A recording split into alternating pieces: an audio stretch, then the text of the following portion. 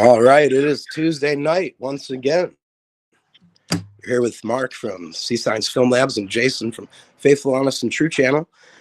We're here to discuss creation and atheism and everything in between. How was your week, Jason? Oh, fine. The usual. Nothing much. Quiet. Yeah. Yeah. We can't really share out anything today because I don't have my computer, my laptop. All right. So we just got to talk, basically. I suppose you can put up some pictures. I can't even work out how to do that. I mean, for one thing, I've got these photos, so we'll discuss that. I mean, growing up, I had a lot of friends that believed in, human evolution, or these little Sasquatch critters that supposedly lived 3 million years ago and some time we don't even believe in. But, I mean, some of the evidence that they'd show me is like this skull here. So they'd point at this skull or like look at something like this on Google and say, look at this. What about this? I mean, if human evolution isn't true, then what's this? Sea science. And, they kind of stumped me back in the day because I didn't really know how to respond. I mean, this is probably some of their best evidence for human evolution. And I didn't really know what I was looking at the time, So looking at these skulls that look like they're pieced together and broken into a bunch of different chunks and fashioned together here. I mean, when you first look at these things, it's like, yeah, I mean, maybe they are what they're claimed to be because you don't know any difference. But then you look at a few different kinds of skulls and, if you compare them, you actually get interested in the topic. You might compare some of these discoveries to modern chimpanzee and human remains and find out that they're quite alike, and that there's really nothing to the fossil record as far as human evolution goes. I mean, this skull, we compare this skull to other skulls and come to find out it's quite alike chimpanzee skull. So, well, it is a chimpanzee skull. Like, it is a baboon skull, wasn't it? Sure. Didn't it? Oh yeah, these ones are like the Australopithecine. Here we got a chart for how they should be. Maybe breaking up, bloody thing. Hang on, I'll turn my mic off. It's probably because I'm flipping through the photos here. No, I think it might be my mic is interfering because I'm on my phone and don't have a laptop. I'll just turn my mic off and see if that helps.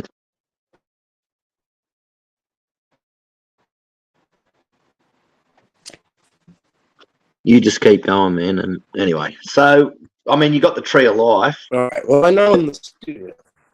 Yeah.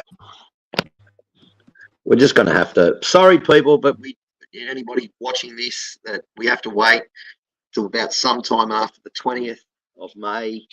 Well, I'll get a new computer, a new laptop. My old laptop was just, it was too old. It was just, anyway. All right, sorry. Go on, Sea Science. Apologise. Sure. So, like I was saying, the skulls of the Australopithecine usually end up being more like chimp skulls because they're coming out of the pan line. This purple pan line becomes the royal blue, which is the Australopithecine, and that's why the skulls all look chimpanzee. So they're using chimp skulls, obviously. Now, like I was saying, like one of the first things that my friend showed me was a skull quite like this, and then and claimed this is proof of human evolution, but really all it is a chimpanzee skull that's been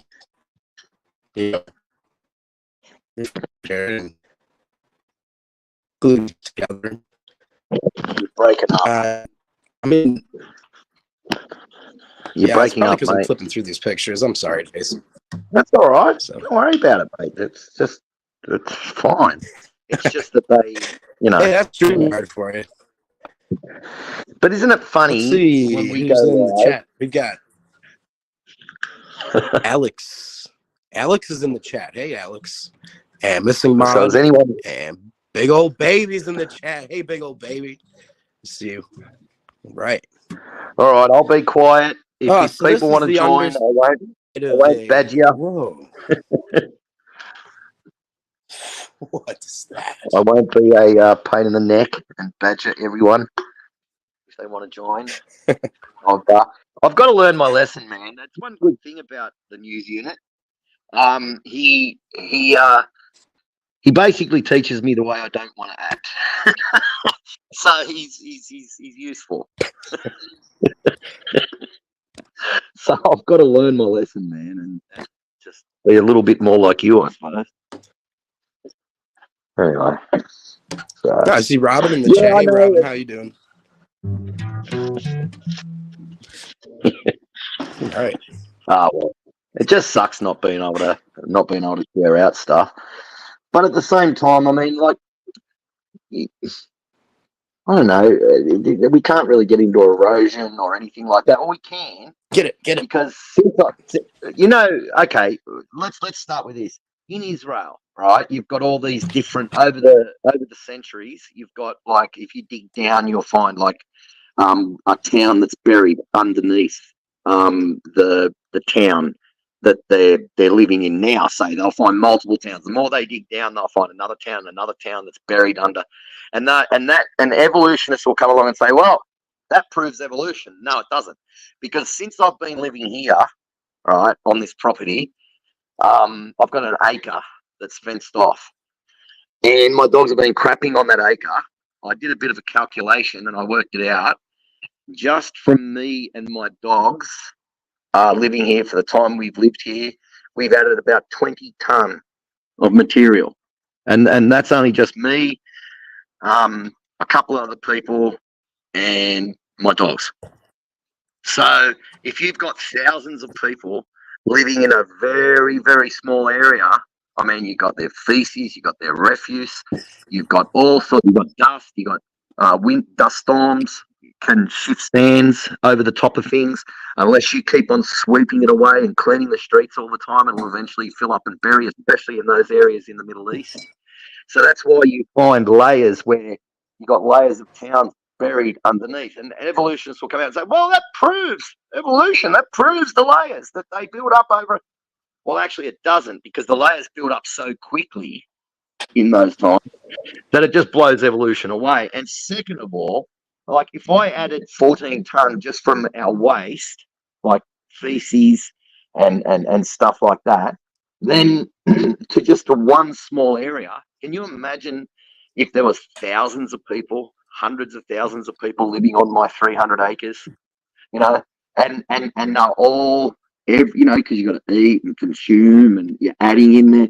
So yeah, that's why they get buried, the towns. And after a while, like, the populations will wane, and as the population wanes, the dust storms come in and the sandstorms come in and blow sand over the top, and you haven't got the people there to clean the streets off, and eventually it gets buried. And then years later, someone, the small settlements that's left will start off again, and people will move in and they'll build up again, and it goes on and on like that. So if just a couple of people and a few dogs left 14 ton of waste in a decade, then you can imagine how much hundreds of thousands of people in the same area would leave. So that's why towns get buried anyway. So I know a lot of evolutionists out there thinking that that's the end all and be all, and that's their evidence, proof of evolution and the layers. Well, they're wrong about that.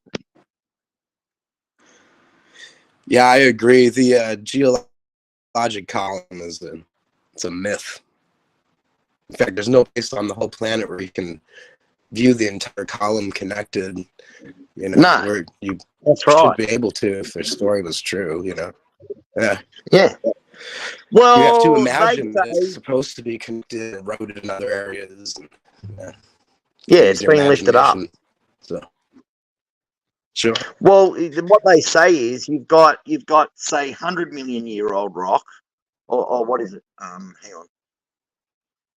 You've got the layers, but in China, you've got the Precambrian, right, on top of the Cambrian, right? And the way they judged the Precambrian in China is by the fossils that they found in it, right? And they say about the Precambrian, they say, oh well, there's no shark teeth in the Precambrian. Okay, well, that's not exactly true, because what they do is if they find a layer, right, that they think is, say, Precambrian or Cambrian, and they might find some of those Cambrian animals in there, and they'll go, okay, well, we found a couple, but we found some mostly other ones mixed in, so we're just going to date this as being a layer where sharks. So even though that layer is below, even though that younger layer at the top is below the older layers, and the older layers are on top, then they'll just come out and just arbitrarily assign different ages to different layers. Like where you've got the Laetoli footprints, they would have loved to have assigned a different age to that layer with those Laetoli footprints, but they couldn't, because if they did assign a different age, then they'd just be blown out of the water, because of all the like in that particular layer where they find the footprints, they find everything they need to their time period. They date the layer by the fossils. They date the rocks by the fossils that are in them, and vice versa. So it's like circular logic. So you've got, anyway, you know what I'm getting at. Sorry, Cesar, I'm just rabbiting on. I didn't mean to. Go on. All good points, though. I think I could say all good points. We have Asshole in the chat. I don't know. Do you know? I don't know if you've ever met him.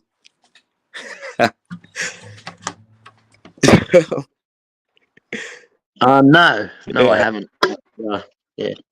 Well, he said, "Do you ever breathe?"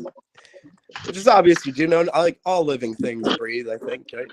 Like something like that. So you have. There's Missing Mod. Hey, Missing Mod, what's up? All right, now it's a party. Yeah. That's right. Oh. All right. So here you are, the Precambrian. This is the probably the oldest life we've found. I mean, we've got the blue-green algae being found in these Archean layers, these bacterial mats, So basically, evolutionists believe that this bacteria was the first form of life on record, because it's at the bottom of the fossil deposit. Okay, so you have basically in the depressed areas across the planet, these shallow seas and these shallow beds across the planet, you have these bacterial mats being formed, even modernly. So you have these this blue-green algae bloom that happens in lakes and such, and the algae dies and it filters down to the bottom of the lake. Okay, and it creates what are called bacterial mats. Now these bacterial mats are called stromatolites, so they're in fossil form. And stromatolites are the earliest form of life claimed, that we've found in fossil, like the earliest remnants of life, I suppose, is the claim. But you've got to understand that this is a living fossil, all right? This blue-green algae is still around today. It's a photosynthetic cell. Okay, so it's one of the most advanced life forms on the planet. And here it is, fossil record, supposedly in the Archean layers. Now, a thinking person would be like, is it because these are the oldest layers on the planet that contain life? Or is it because these are the same life forms that we find at the bottom of the depressed areas around the planet where these fossil deposits would be made. Okay, so you have the life forms working up not from an evolutionary place, but from rather an order of sorting that occurred when the fossils were deposited in these geologically depressed areas. So you basically had the sea level rising up onto the land and chasing all the little animals inward. Okay, this was like a flood that's never happened before on the planet. I mean, when you have the seawater engulfing all the land, even covering the highest hills by 30 feet,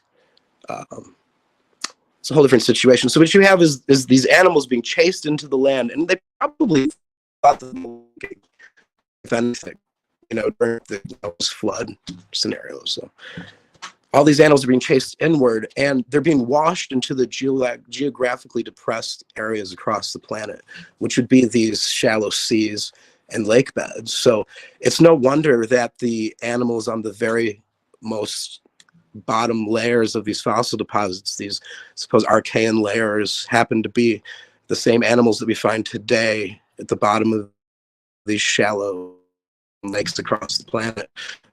I think this is probably some of the best evidence for the global flood being true. What do you think, Jason? Are you still with me? Barely. But Barely. yeah, All right. Are you out on the porch? Yeah. Yeah. Cool. I'm a bit of a porch monkey. I've got Aboriginal in me somewhere, so I can say that. So, yeah.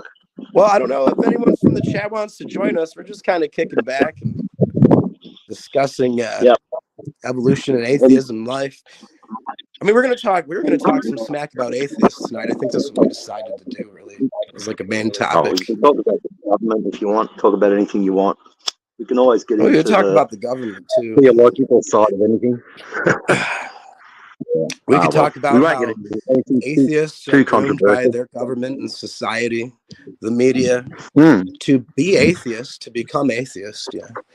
So really, the atheists are the easily led automatons, not the theists. The theists are obviously the thinking ones, and the atheists are the unthinking ones that do what they're told and are easily controlled. I mean, but that's just my opinion. Bird shit. I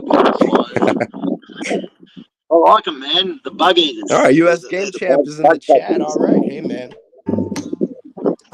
All right.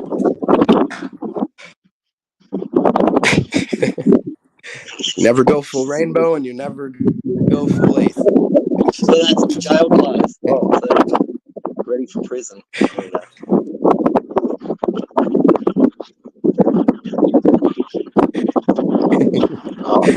All right.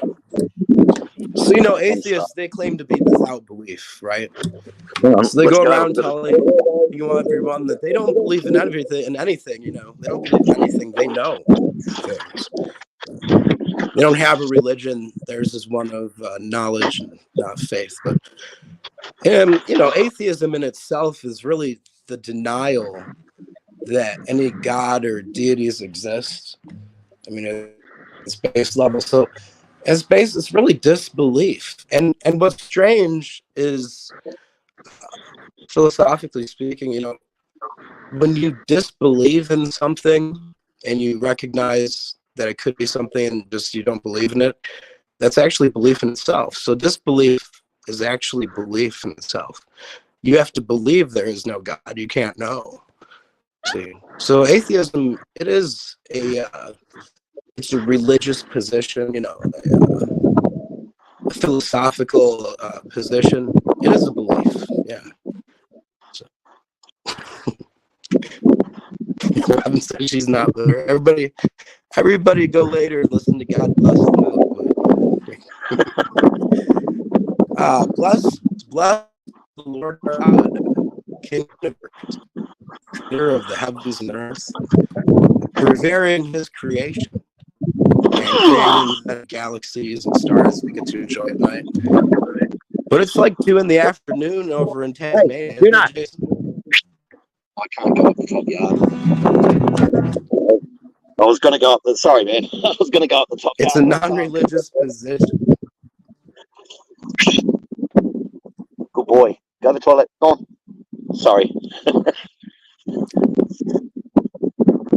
He's old, that dog. Hey, you're good.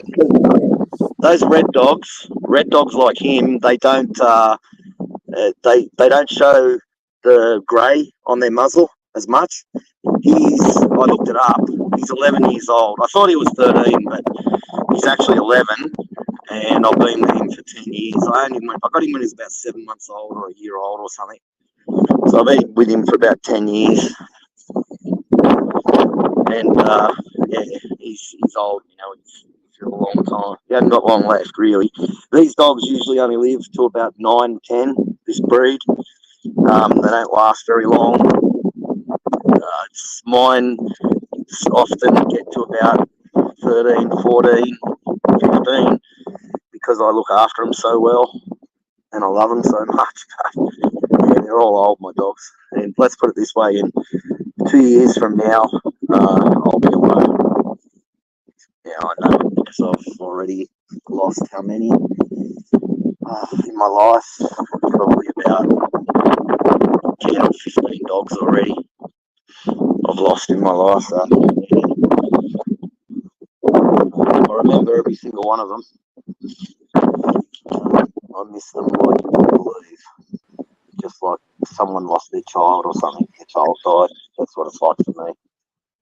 Anyway.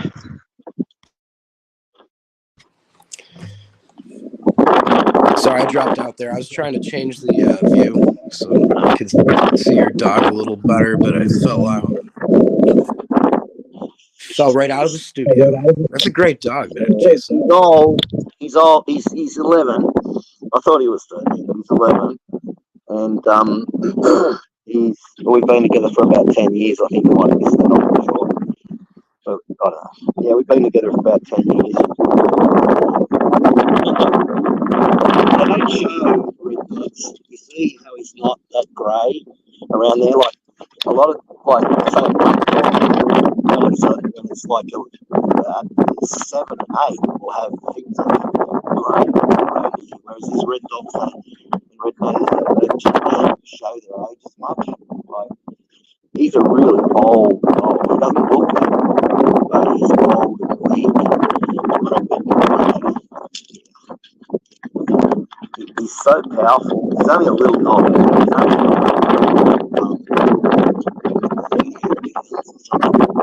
not, but he could, even with a bad shoulder, he's got a torn ligament in his shoulder from when he was young. Bad shoulder, he can tow me along on his bike.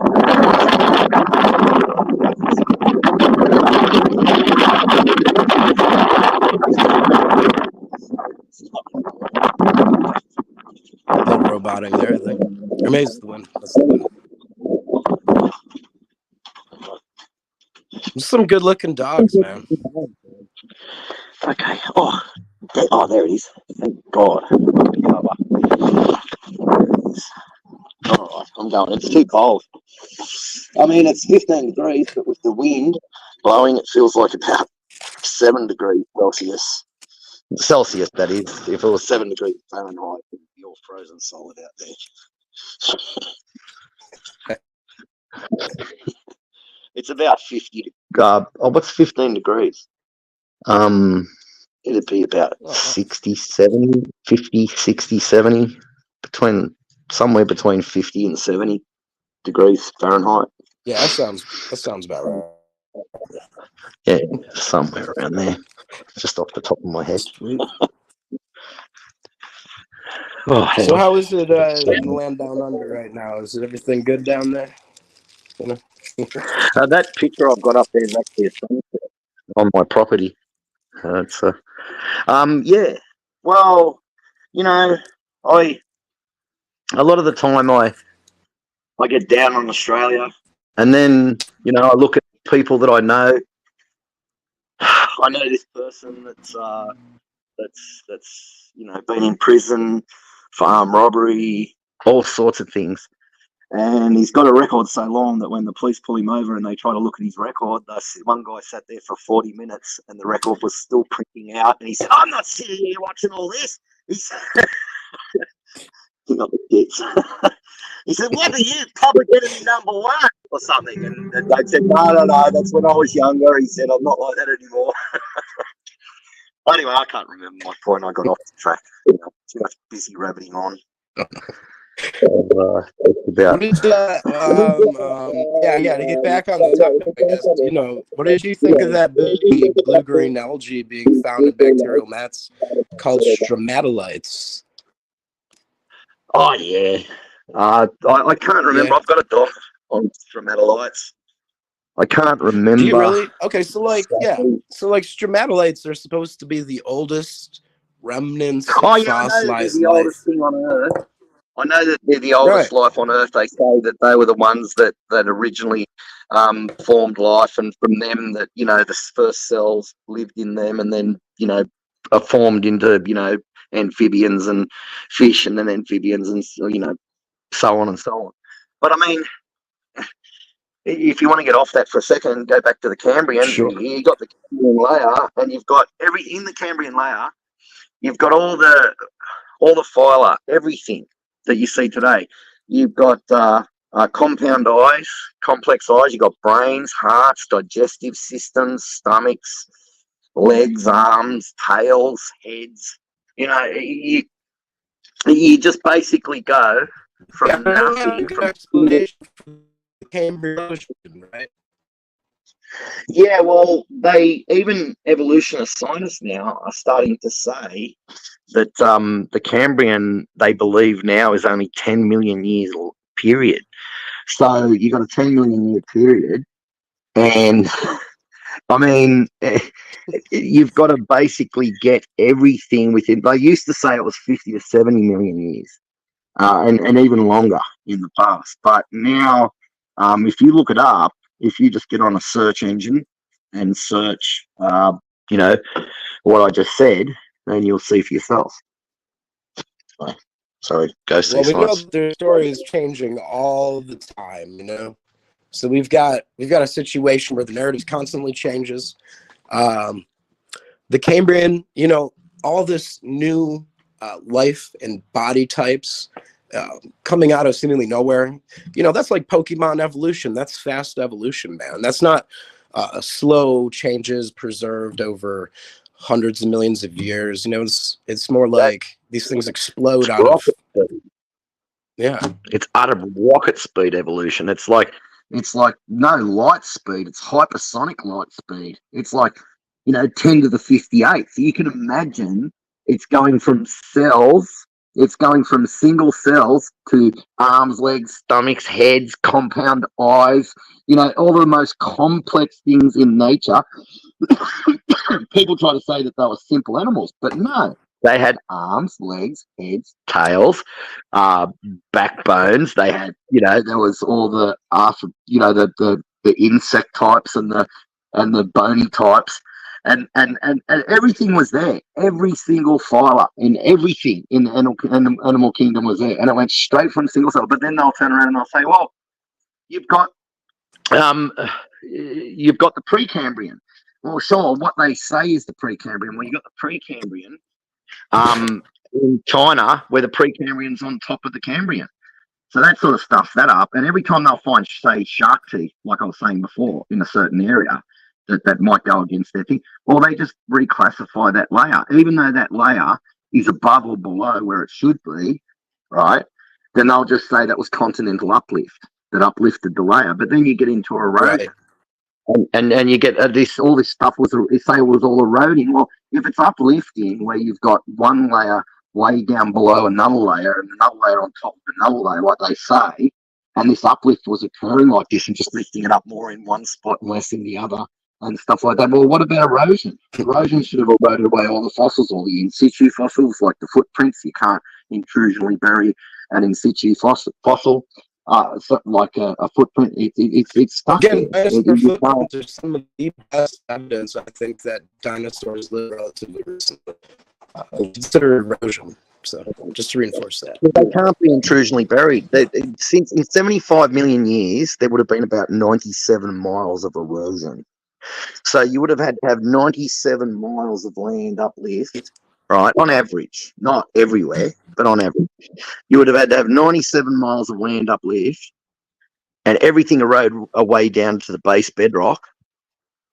And so that would get rid of all of the fossil footprints, right? Because we know the fossil footprints weren't sort of like eroded away, then redeposited somewhere else, and then buried again. So we know they're in situ. So in situ, yeah. So in China, you're telling me that there's been erosion, there's been geological phenomenon that have rearranged these layers into the wrong order, so they're out of order in China. Yeah, well, yeah, you've got the Precambrian on top of the Cambrian in China, in a place in China. Well, you can just get on a search engine and search that. Anyone can. I don't need to provide a link. It's so easy to find. Yeah. So it's obvious, it's obvious that this geologic column is a myth. They believe in it. It's part of their religion. Not of atheism, but just of the scientific community. It's become their religion, their dogma. We are supposed to accept these principles as absolute truth, even though they don't have any real evidence for them. I mean, that's a religion right there. So.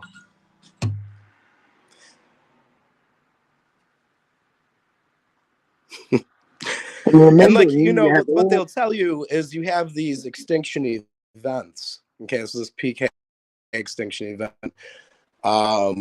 And then these new animals were filling a niche, right? Some niche, some space that was left from a bunch of dead animals. So their answer to getting new animals is a bunch of other ones dying and going extinct. That's about the whole of it. Yes. Hang on a second. I'm gonna try. I might drop out for a second.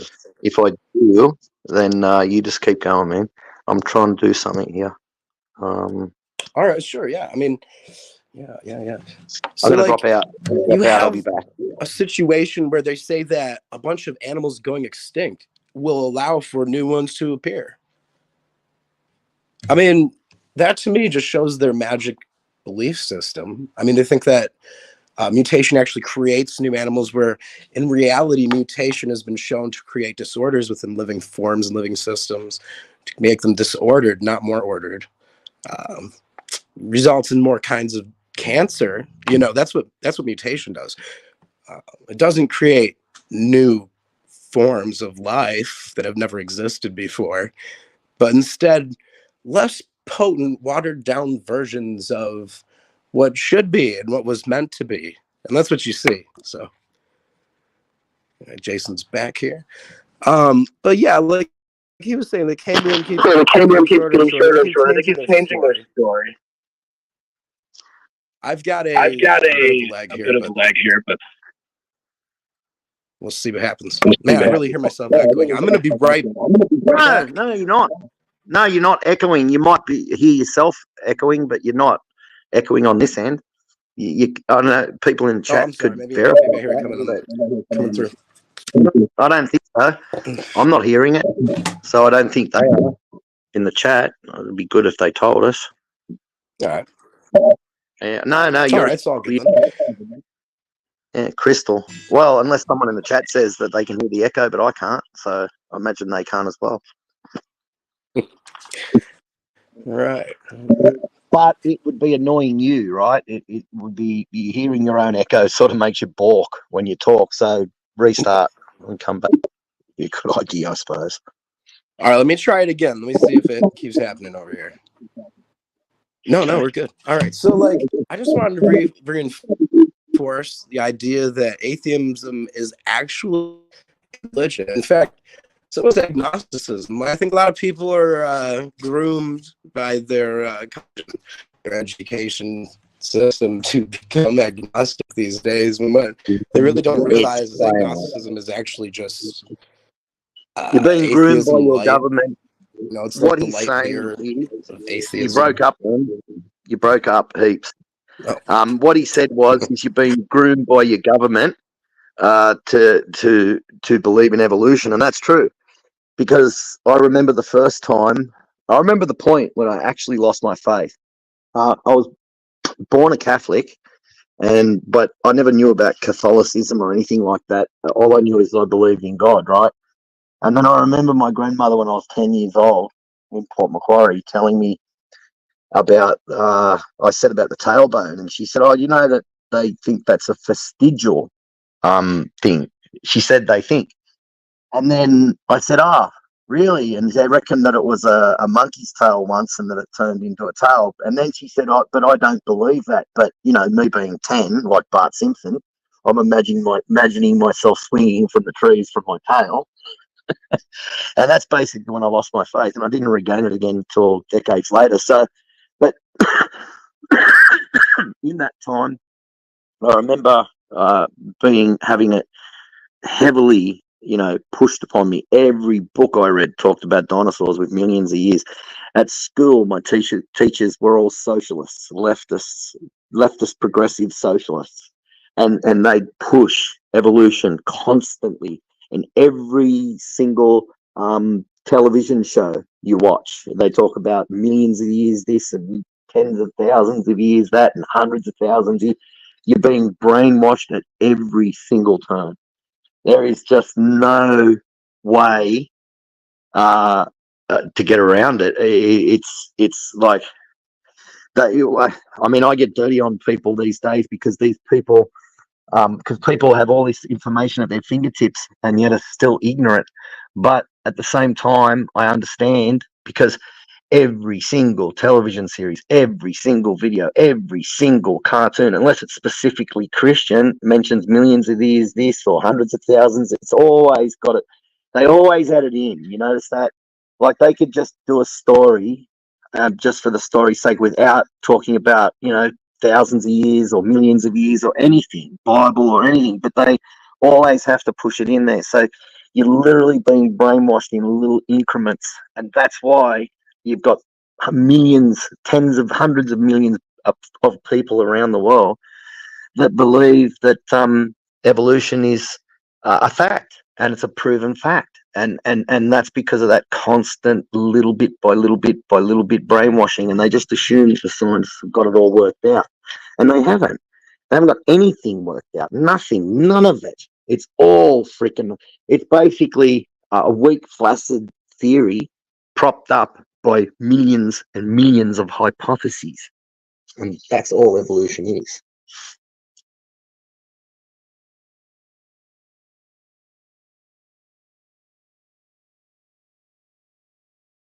Hypotheses are like opinions, are like arseholes. Everyone's got one. That was a good spiel, man.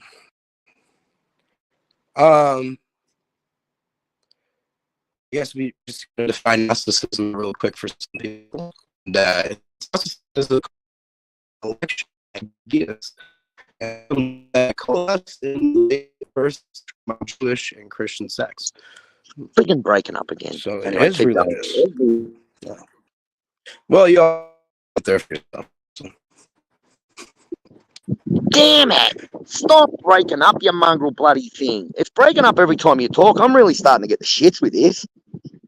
Pissing me off. I mean, well, I'll tell you what. I think it's because I keep loading photos and then, you know. No, I don't think so, because StreamYard got say... like a 5-second lag.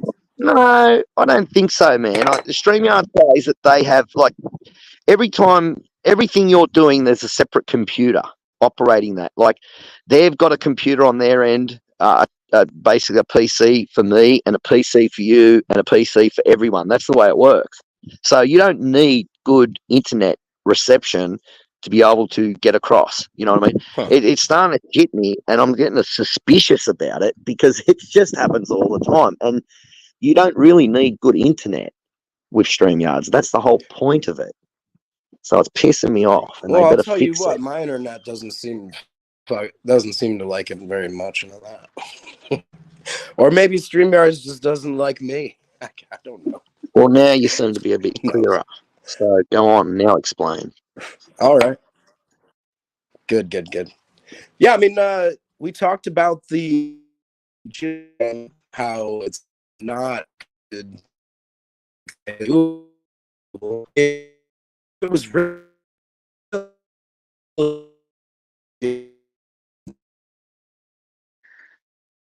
I'm really dirty on these fuckers. Maybe if existence. you So restart your phone, man. Restart your phone. yeah, I'm gonna try and It do that. asks the But audio. here's Yeah, cosmic evolution. You know, I mean, we you can can't. talk about that for a minute while I go out and. Yeah, All right. yeah. Okay. All right. I will. Just restart your phone, man. I think that might work. Hopefully. Sometimes you get bugs in them and that. Yeah. All right. Okay. So you've got the beginning in this thing, which is the thin end of the cone. That singularity, that point there, was popped into existence from the famous quantum fluctuation. It had to have zero energy. All right. So you think of how much energy will be in the universe, this universe. Well, this thing had to have zero energy to stay in existence long enough to start to inflate. So these virtual particles, if they've got any energy at all, even a microscopic amount of energy, they just come into existence and then blink out. It's too fast to even detect them. So you basically need a singularity that's uh, that's got zero energy, right? So it can stay in existence. And then with this zero energy, it can start to inflate. And they say that that the singularity that created our universe inflated at 10 to the 58th. That's 10 with 58 zeros after it. 10 octazillion kilometers per second. 10 to the 58 kilometers per second it inflated at. And I mean, that's 10 with 58 zeros after it. You got 90 zeros or 80 zeros, say 80 to 90 zeros is how many particles in our known universe. And yet this singularity with zero energy popped into existence and inflated at 10 to the 58 and created all time, space, and matter as it went, but had zero energy. And they say that the universe today, because it's both positive and negative, equals zero. So we're living in a zero energy universe. And that's why it all started. But the biggest problem with that is that the theory of quantum gravity, there is no workable theories of quantum gravity. There's many theories of quantum gravity, but no workable ones.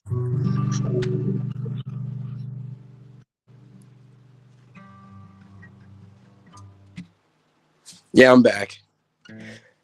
That sounds good. Yeah, I mean, like, Clear you up. know, even this is like the whole story of evolution, right?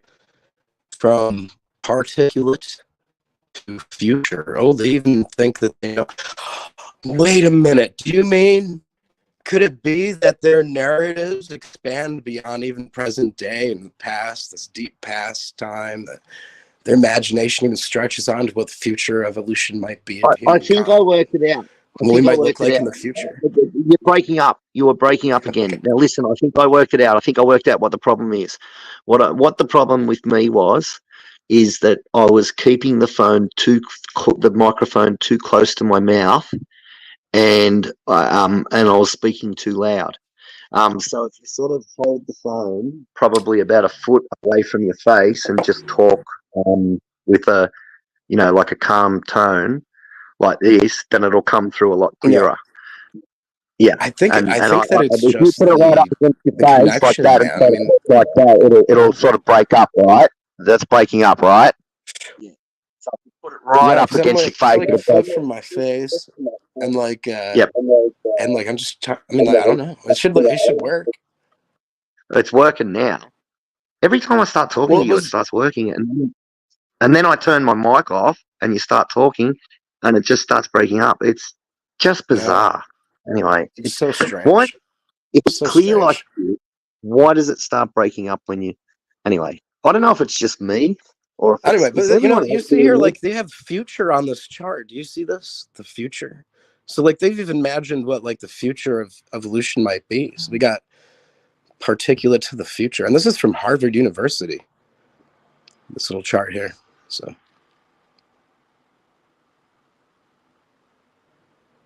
Yeah. is that coming in? Yeah. Is that coming in pretty clear? Or? Yeah, it is. You know what It I is now. find weird is it starts roboting out, and like it actually starts like it makes my voice faster than what it actually is, and it's almost like it records it and then has to catch up with like real time. Yeah. So like it just says what I said really really fast, and I don't Yeah. know. So Hey, weird. what's your name? Us Game Champ. US Oh, Game U.S. Champ. Game United Champ. States Game Champ. There we go. Jason should lay off the drugs, he said. Okay.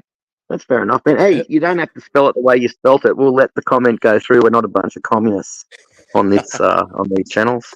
Are you sweet as? Yeah, he's not high. He's just Australian, man. That's right. Yeah, no, I've had 4 beers. I've had four cans of beer today. So yeah, I've had a few drinks. But Very not, good, very not, good. not, I'm just not, getting not, started on not my mixed blind, drink though. and my The only spliff. drug So I am actually I'm on a powerful narcotic, and that powerful narcotic is called alcohol.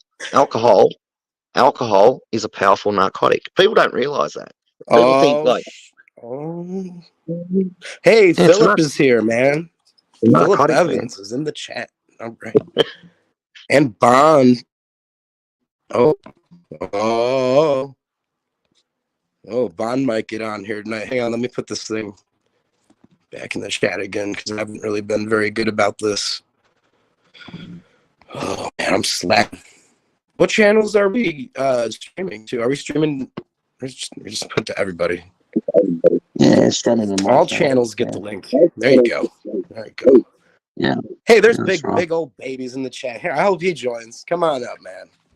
We'll talk about this magic, plastic, fantastic. Yeah, I'll shut my face, man. You come on up. I've got to take my dogs to the toilet and do a few things. All right. So you guys can talk without me I'll just sit here by myself and talk to myself. Oh wait, hang on. Maybe not. Oh, there you go. There we go. There you go. Oh well. There's somebody. Let me take this down so we can see him. Here we go. Get some teeth first. Oh, there. Oh, now we're on time. Look at this. Boom. All right. Big old baby. How's it going, big bad mama? Hi, Jason and Sea Science. How are you guys? Oh, good. Thanks, mate. Cool. We're doing all right. We're just discussing atheism and evolution as usual, and creation. Can I talk about a little geology? Sure. Please geology. do. Go for it. Do you have a picture of the geologic column? No, it's not really about the geologic column. I want to talk about the Hawaii hotspot. Okay. And this is very interesting. Actually, you talking about that hotspot that created the cold spike that the snow that fell during that. Are you talking about that? No. This is this is a mantle plume that's responsible for the creation of the Hawaiian Emperor Seamount chain, which is about almost 4,000 miles long. And it starts with the big island of Hawaii, which is an active volcano. And it goes all the way to the Kamchatka Aleutian Islands subduction zone where it's subducted. The Pacific plate is subducted there. And it's a single fixed mantle plume that has built volcanoes. And right now, the only active volcano, there's one offshore under the water, but the only active volcano is the big island of Hawaii. So basically what's happened is it's a mantle plume that's built volcanoes, and then when it's cut off from its source by the movement of the Pacific plate, the Pacific tectonic plate, it becomes inactive, and eventually these volcanoes erode below sea level over millions of years. The only ones we have that are above sea level now are the Hawaiian Islands, which are about a maximum of 5 million years. Now, I'm going from the perspective of Yeah, I understand. what I consider science. So you'll have to allow me the millions of years when I talk about this, and then you can, Yeah, I understand. Yeah. Um, Sure, and so that gives us a good reference too. So cool. Yeah. So as it's not really the crust moving in a tectonic plate. It's what's called the lithosphere. It's the crust and the upper mantle. So as it moves, the source of the lava is cut off. The source of the lava is fixed in the mantle under the big island of Hawaii. But as the plate moves, you know, away from the source, the lithosphere cools and shrinks, subsides, and the islands begin to erode. So if you look at like a Google Earth image, you'll see the Hawaiian Islands, and then all of a sudden you'll see that the islands have gone below sea level, and it's a series of sea mounts for thousands of miles all the way up toward the Aleutian Islands.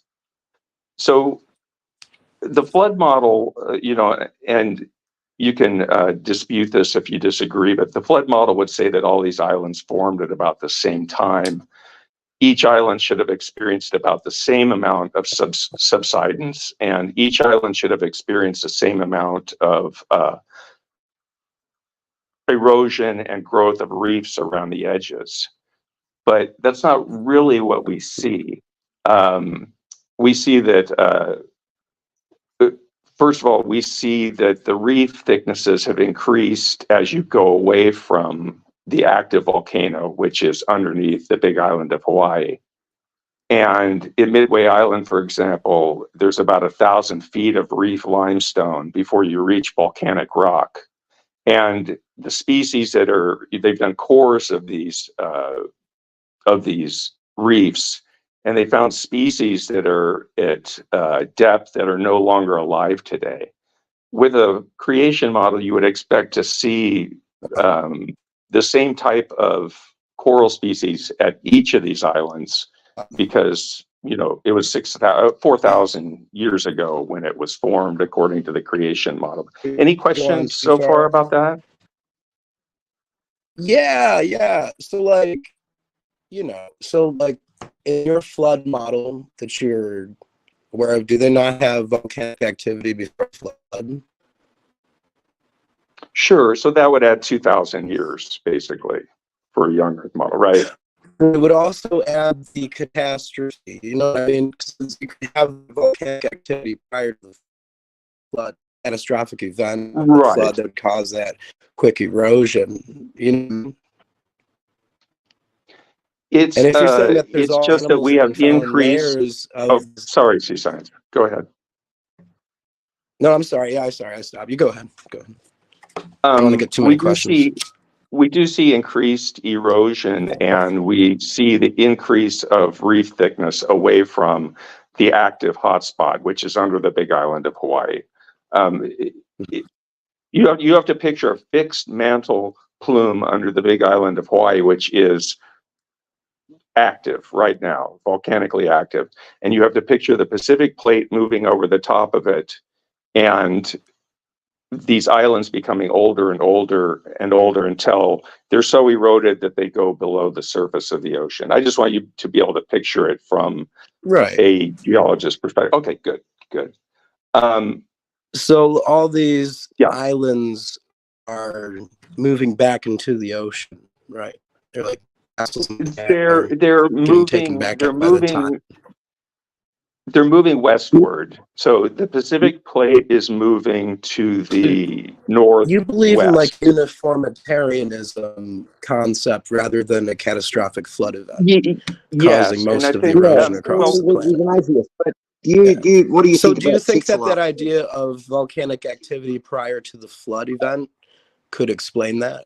Because that's when the tectonic plate would have been moved for the big island, and then it would also be when those smaller ones would be wiped out, and that would also allow for there to be animals deposited on these tuffs. Well, I'll explain why that probably is not the case. I mean, I'm not going to I don't want to shoot your idea down right away, but we have to bring radiometric dating into it. And we have dates from the volcanic islands of 0, which is the active volcano, to volcanic rocks Were that they are about testing 5. argon dating? Were they doing Probably potassium potassium argon dating argon. when they dated these? Yeah, probably volcanic plumes? potassium argon dating, I would say. But Okay, so there is here's the there. Let me about just keep going for 1 second. is that it only works. It only seems to work on samples of an unknown age, because the samples that we take of dacite and different volcanic plumes, this potassium argon dating shows that the dates are way off. You know, so Well, you're referencing the you can Mount St. rely on something that's not really science. You're breaking and up. more So like it's testing. hard for him That's to more like understand. guesswork. It's hard for him to understand. All right, you go ahead. He It's can't right. understand because you're breaking up a lot. That's all. Yeah. I think what Sea Science said is that you get the potassium argon can wash in and out or something like that, and it I gets understood wildly fluctuating. You know, you can get the same rock, send it to different labs, tell them it's from different layers, and you'll get different dates from each I lab. understand. I understand what he was saying. Yeah. Thanks, Jason. Yeah, he was breaking up really bad though. Maybe I'll wait. Should I wait till he comes back, or because No, keep going. Just keep Sea going, man. Science, are you with us? Yeah, no, wait, just keep going, and when he comes back, Okay. all right.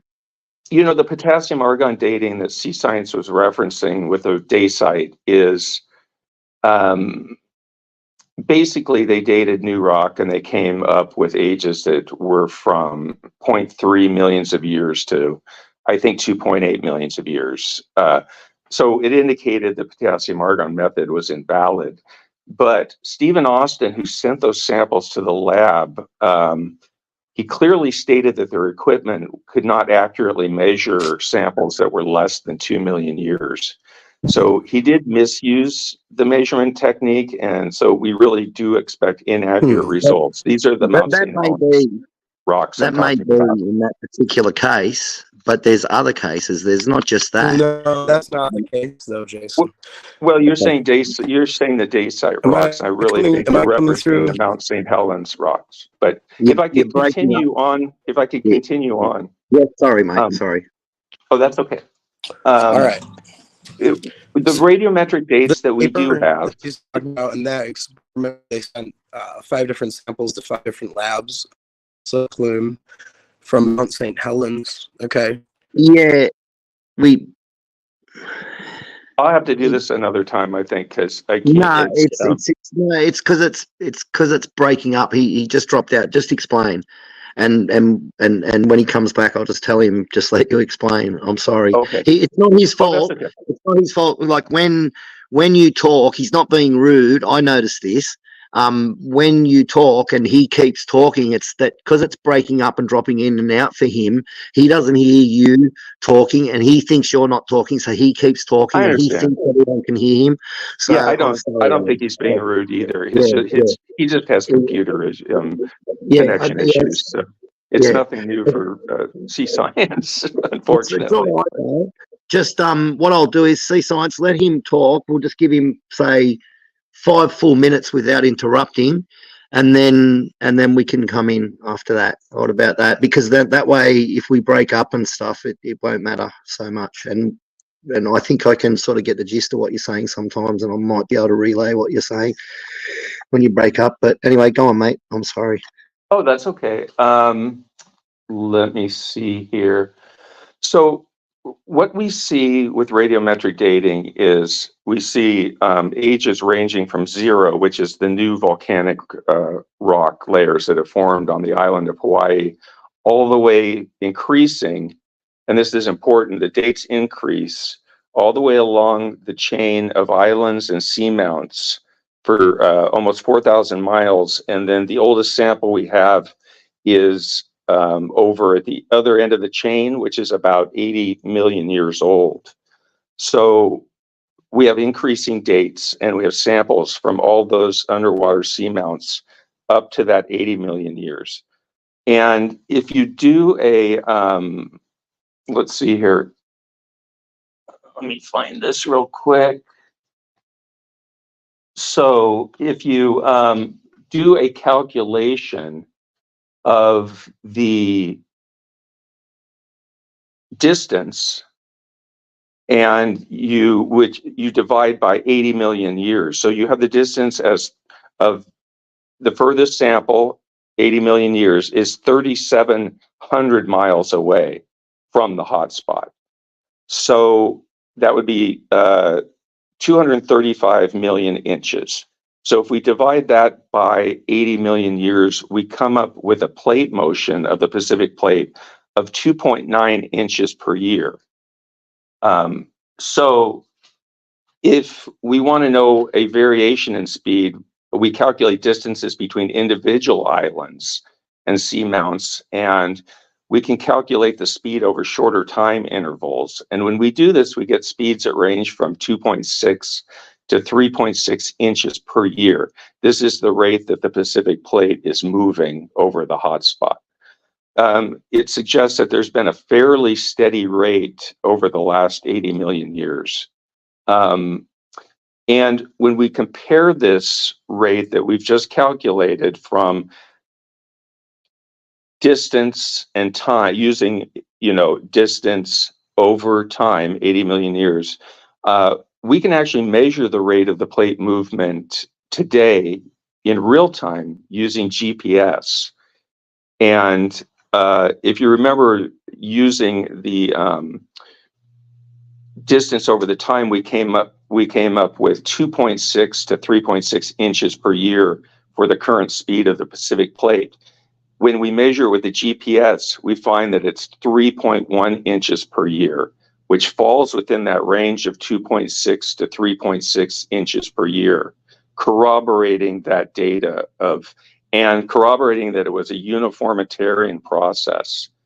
And what also confirms the uniformitarian process is that we see increasing subsidence of the islands as you go away from the active plume under the Big Island, and we see increased reef size as you go away from it. So anyway, and I don't expect any real answers today, but maybe you guys want to look into that from the creation perspective, and we can talk about it again another time. But anyway, did that make sense, Jason? Sea Science, are you with us?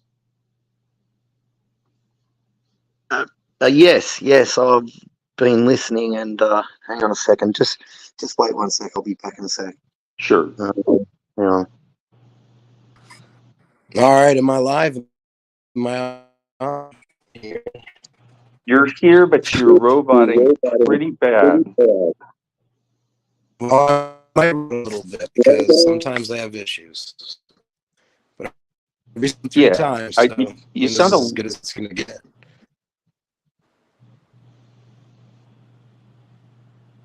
Say something, Sea Science, and see if we can hear you. All right. So the radiometric dating, what it showed in the tests at Mount St. Helens was that there was excess argon in these samples. Okay. So this gas was present, and not only was it present, but it was in excess amounts in these samples that came out of the ground in the 80s. Now, what that showed is that all the testing using potassium argon dating is obviously incorrect. Beyond that, in a paper, in fact, the same paper by that same scientist, they explained that there was 5 different instances, even from Greece, like a volcano in Greece. Even Hawaii, there were samples in Hawaii of plumes of known age being tested. Okay. Well, and you don't test new rock and the anyway argon was because in excess, Yeah. which means that it resulted in ranges of dates from like 350,000 years to 3 million years. So like this argon testing that you so hold, like you believe in so much and believe is so true, Well, it really results in an age range rather than any specific date. even The 3 geologist million can years pick a is not date from that much. range, is what I understand, is that they can pick a date from that range that results from these tests. You know what I mean? That's not Well, science. so But what we That's have conjecture. That's is guesswork. what we have. Can you hear me? Oh yeah, I hear you now. Go Well, ahead. Yes, you're Okay. clear. Yes, you're very What- clear. You've always been what we- clear. What we have is a range from 0 to 80 million years. So even if that was the case, and there was that error bar that you're talking about, it wouldn't really matter Mhm. because we have the dates go from 0 to 80 million years, and we have several dates along that seamount. We have the Hawaiian Islands, which go to 5 million Yeah. years, and we have all those dates that go along the But seamount if to the 80 million dates years. are So it would be, incorrect let me because finish, they're let me conjecture, finish, can I then it finish? doesn't matter. You see? Can I Hang on, finish? keep I'm on. gonna leave. Wait, he needs to finish because you're breaking up and it's real bad. I don't know why it's extra worse today. They just can't make up their mind Sorry. on how the dinosaurs. That's my reader. I apologise. So it would be a real coincidence to have 0 to 80 million years, and every sample that we have falls within that range, increasing dating going to the northwest until the very oldest islands and seamounts up towards the Aleutian Islands are 80 million years. So 0 to 80 million years. We don't have dates in between there that are off. So you'd have to address why there seems to be this progression of age dates. Sure, and I for think the I already entire have. effort. I mean, if you would listen to what I have to say, I mean, Well, okay, go ahead.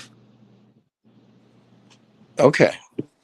So in known tests of volcanic plumes of known age, like these plumes are from the 80s, and they got a range of dates from 350,000 years to 3 million years. Okay, and this is a sample that was, less than 50 years old. So if these samples of a known age are so incorrect and they're given a date range to choose from, it's all conjecture, because that means that the ranges that they're given as results from the radiometric dating that's going on in Hawaii of these different islands you say are submerged,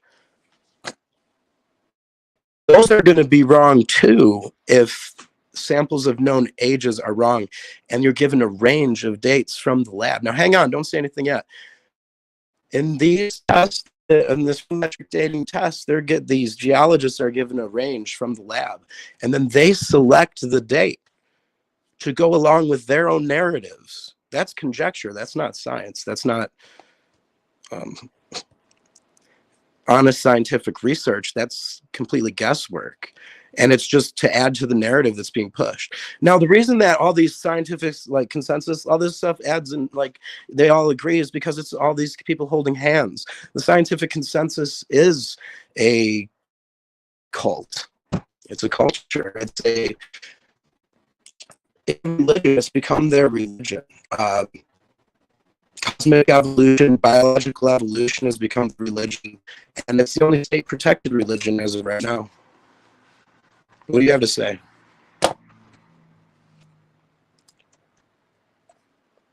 Yeah, so I already explained the Mount St. Helens rocks. Even Austin sent his samples to the 1986 day site. He sent his samples to a lab that clearly states that their equipment cannot accurately measure samples that are less than 2 million years old. And so Do you know he misused the name of the paper? He misused I can find it for you. I don't have it right now, but he Okay, misused the I'll tell you the measurement name of tech. the paper. The name of the paper is Excess Argon was found in samples from Mount St. Helens. Okay, can I keep going? In these young plumes, yeah, because there's excess argon Just repeat in yourself. the Oh. plumes, that makes it so that radiometric dating is not accurate. It's all guesswork. You can run from the truth if you want to. Hard to hear. No, you're breaking up. That these radiometric dates that you rely on so much are actually just conjecture and guesswork, and they're not any kind of real science. Especially if you have excess argon being present in samples from the 80s. I mean, you might not want to hear this. You might say, oh, that's the creationist paper. Did you know that the same creationist paper also included 5 other tests, one's done in Greece and Hawaii, of known samples of volcanic activity, SI being tested for argon, the same testing that you're relying on for your argument using these islands in Hawaii, and then you say that they all work out to the right dated range and it all tells a perfect successful story. It's like, no, what happens is the geologists tell the story. Let's be real. The geologists tell the story, given a range of dates, and they select the dates to go along with their narrative. So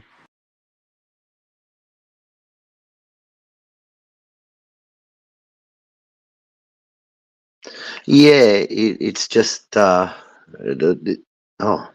hang on, it's dropped out as well. Man, hey, if you got booted, Big Mama, we didn't boot you. It was a mistake. Anyway, okay, so okay, so I think there's a few things that got. Look, oh yeah. I didn't boot you or anything. You just dropped out. It's freaking crazy, no, mate. I know that. And we did not It's boot Big Bad Mama. So it's because you're breaking up a lot.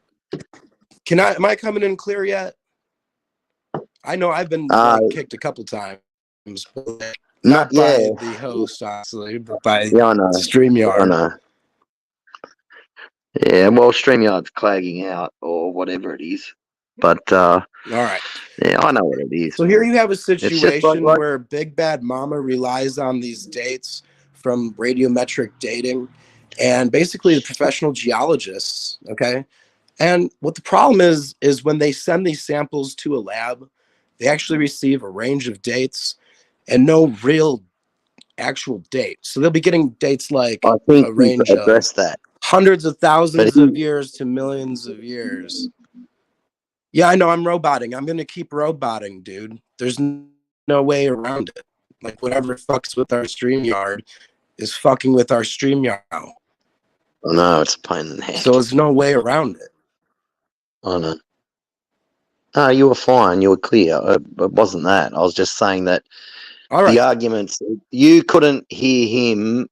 He was talking, and like when he said things like, "Oh no, I heard him perfectly fucking clear." Here's the thing. Yeah, but you were breaking up. He relies on dates from geologists, and he's not being honest about the dating. Okay, because what they're given is a range of dates when these tests are made. And then these geologists, they choose the date. And it's ranges of hundreds of thousands of years to tens of millions. And they select the date. So this is all conjecture. It's not scientific research. It's conjecture. And we can watch a movie on it if you want, but I don't think that's going to help Big Bad Mama because he didn't even want to stick around to talk about it. He just freaking ran away. I just like, he did want to talk about it. That's exactly what we fucking expect. I'm not sticking up for his side. I don't believe anything he said. Nothing, none of it. Well, no, I wouldn't say none of it, but I'd say 99 or 95.7% of it. You know what I mean? Maybe there'd be little bits that would match up with creation, but no. So I don't agree with anything he said, really. But it's just that you were breaking up, and he was trying to explain things, and you were like trying to talk to counter him, and it was just you were like that, you know what I mean? And that's all people could hear in reply. Like if he could hear you clearly, he wouldn't have left. He didn't leave because he was rude or because he was running away.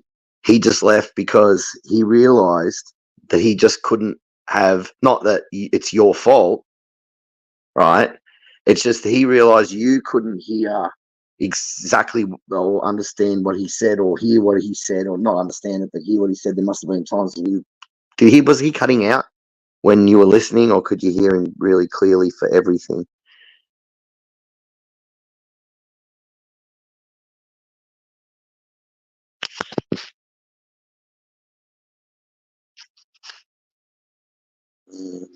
Hang on a second, I've got to zoom in. Oh, dang it. Oh mate, this is a pain in the neck. No, you're not muted. Why can't we hear? It's not good. Oh well. Oh well.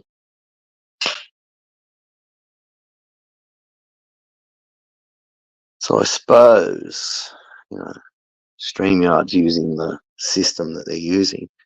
Sort of good in a way, because if one gets hacked, then they all not necessarily are going to be hacked because one got hacked. So one might get hacked or taken out, or a few here and there, but they can't get all of them. So it's a pretty good system, really. It's pretty smart, but I don't know, man. I don't know, man. Maybe one time when we go live, maybe you and the family on a sunny day, and I'll be up during that time, right? I'll stay up late at night or early in the morning, whatever it is, and you can go somewhere where there's like really mad reception, really good reception, full bars reception on your phone, and then we'll do a stream from there. Like you can be sitting on a beach with your family, and kids can be playing, and your wife can be watching the kids, of course, because you're talking, but you can't watch them, so someone needs to watch them near the water, and then your wife can watch the kids, and you can be in full reception or something like that. You know what I mean? I don't know.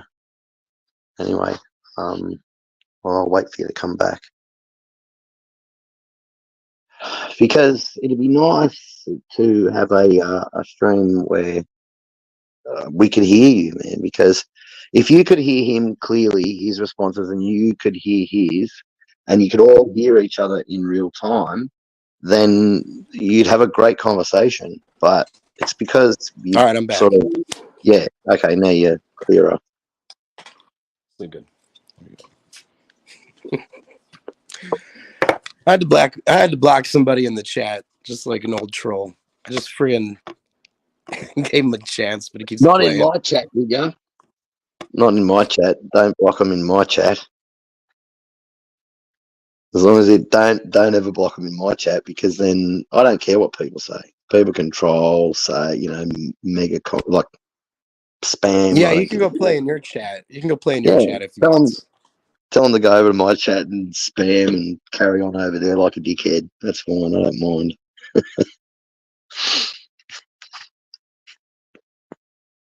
Anyone can.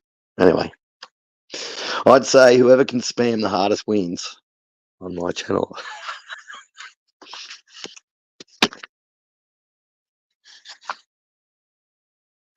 Fuck Facebook and fuck YouTube. Yeah. Come to my channel and spam your ass off.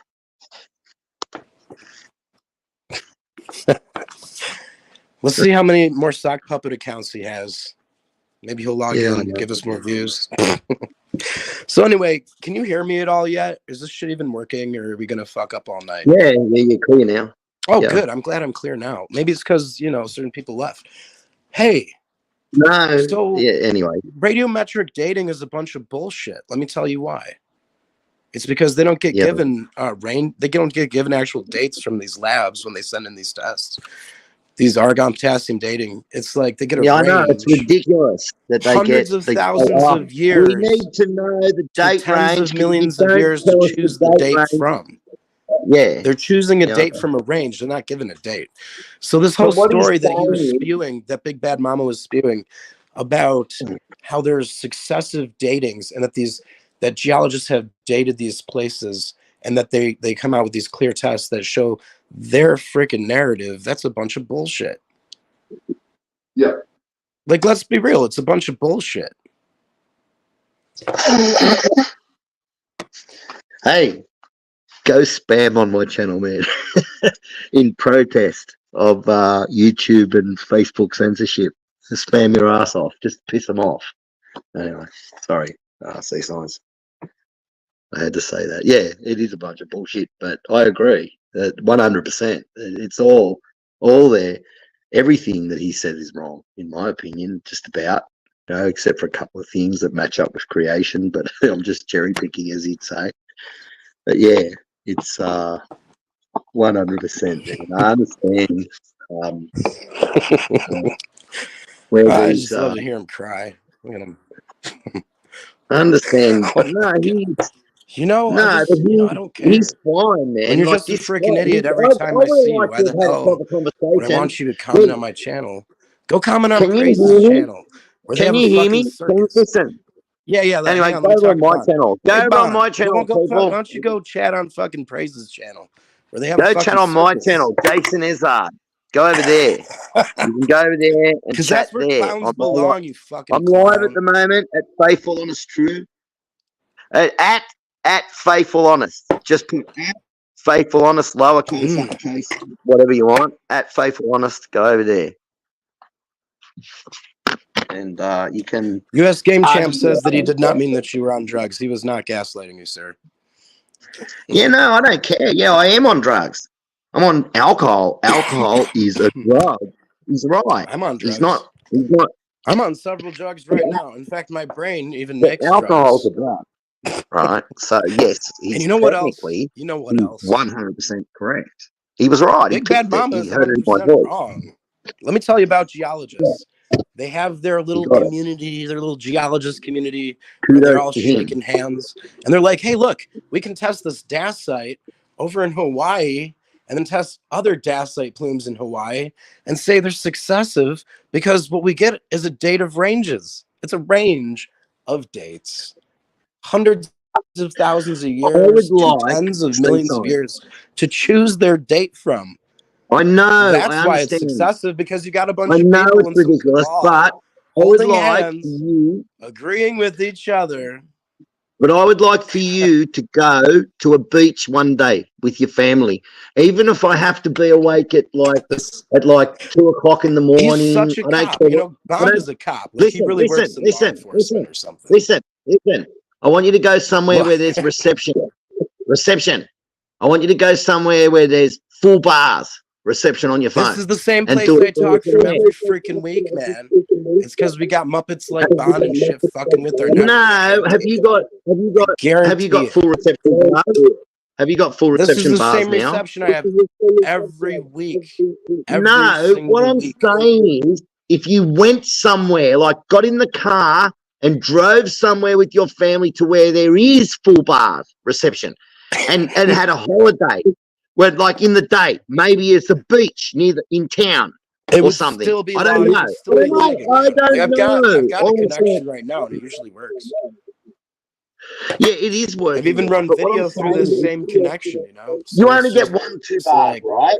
You only get 1-2 bars reception, maybe 3, right?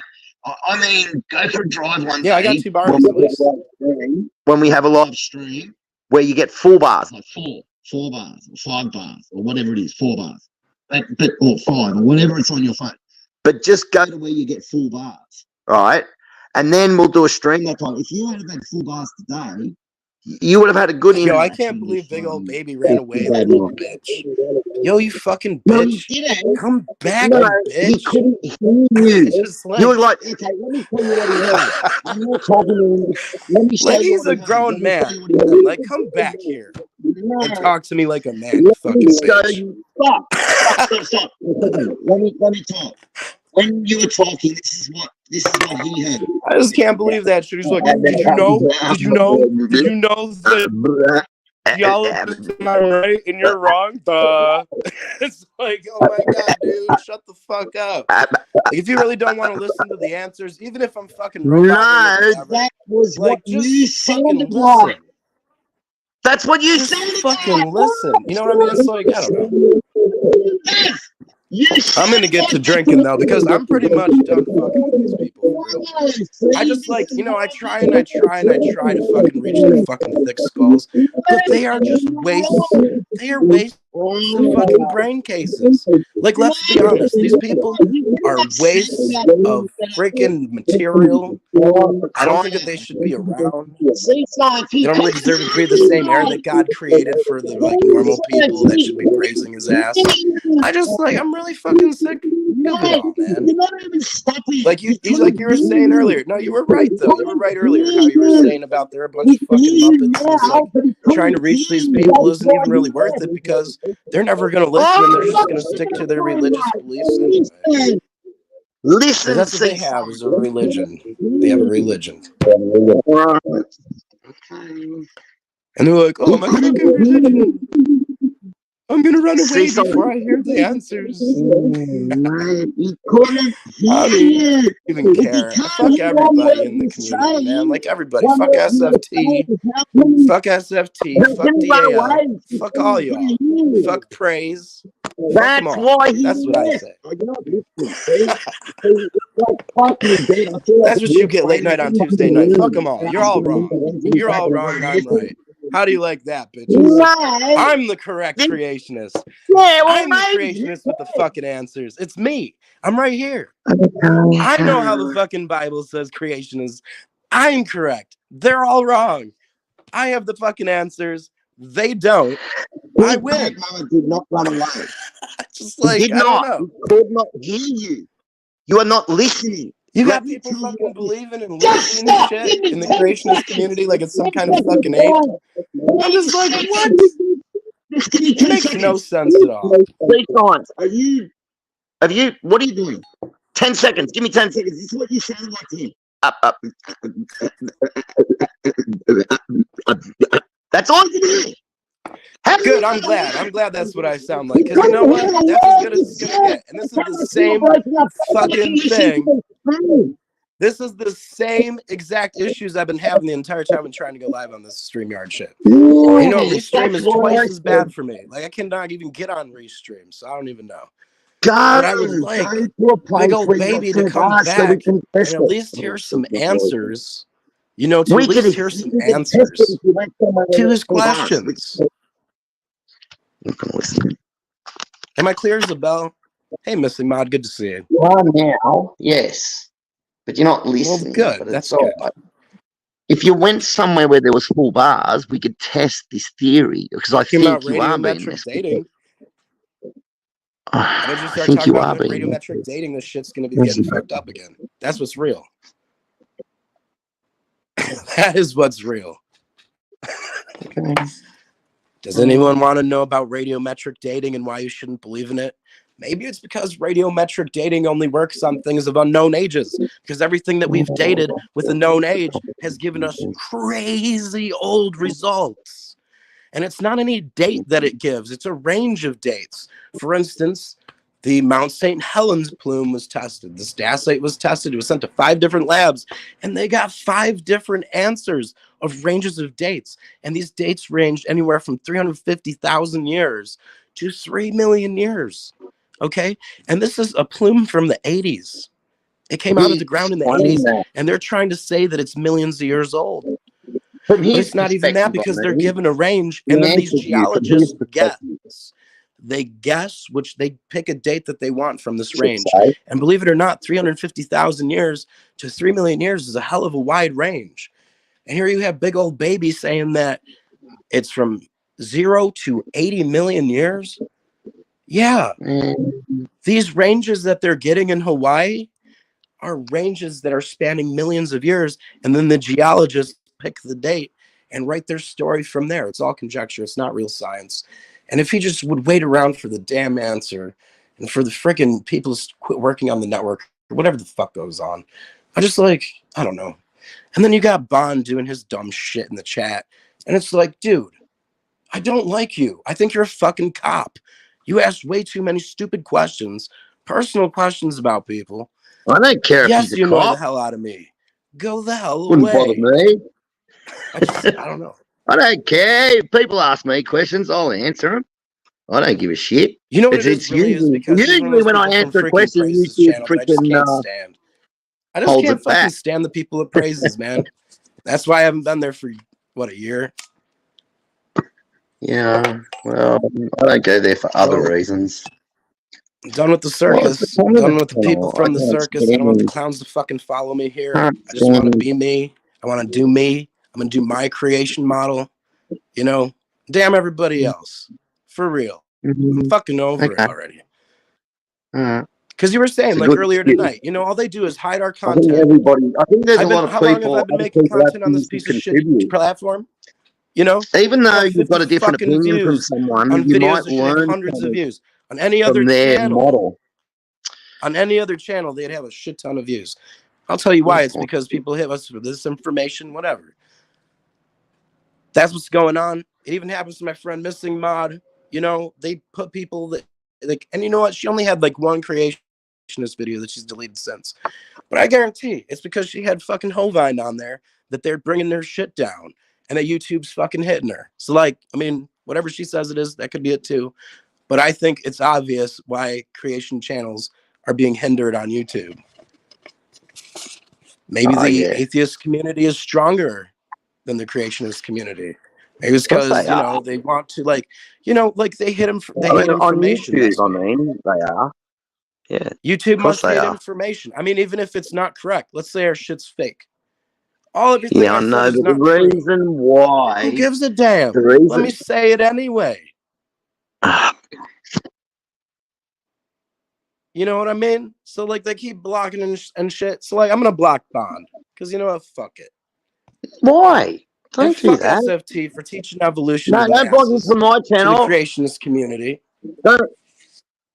And you can disagree with me on that. Like that's fine. You can back SFT. But don't block him from fuck SFT. From my channel. I'm telling you, ever, because I won't block them from yours.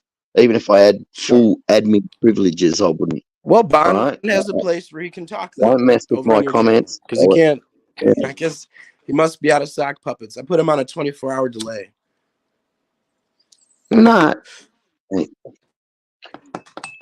just believe that people should have a right to say whatever they want. He's one of those Muppets that was calling me a Muslim and all sorts of crazy crap when he doesn't even know me. You know, he doesn't even know me. I'm not even a Christian. How do you like that? I'm not a Christian. I know that because I'm not like Bond. Do you know what? Oh my goodness. People attacking me is what forces me to learn.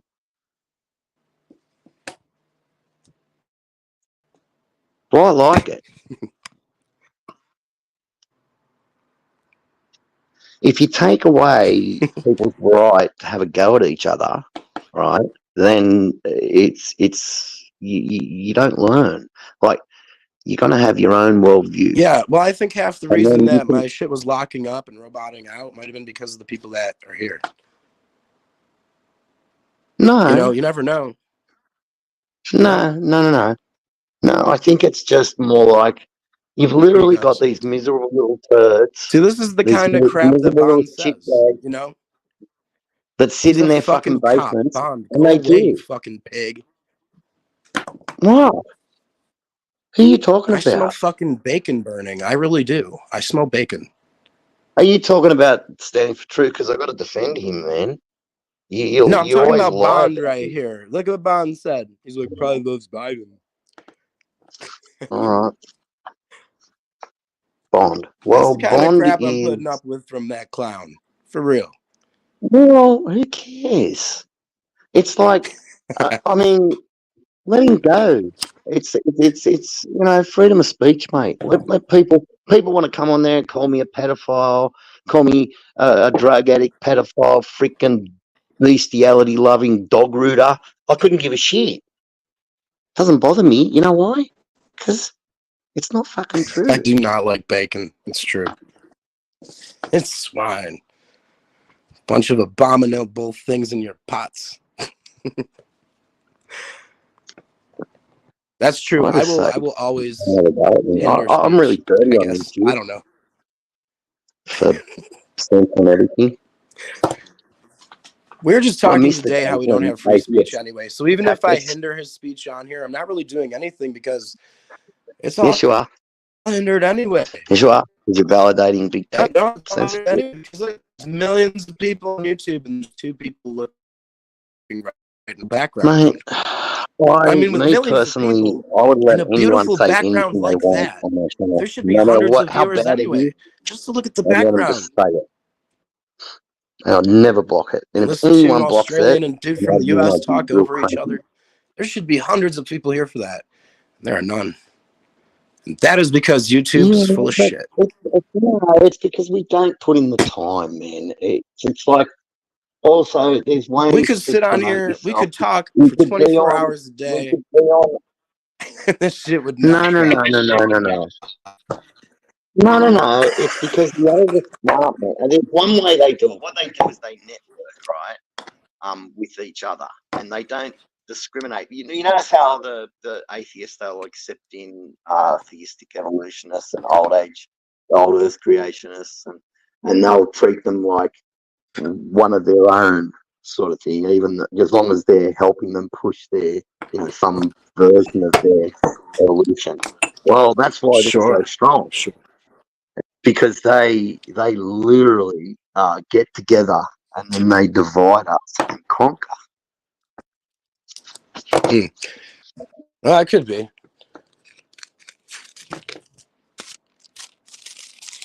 Yeah, I don't know. All I know is that when I first started uploading, like the videos got a few hundred views, and then it just kind of shut off from there.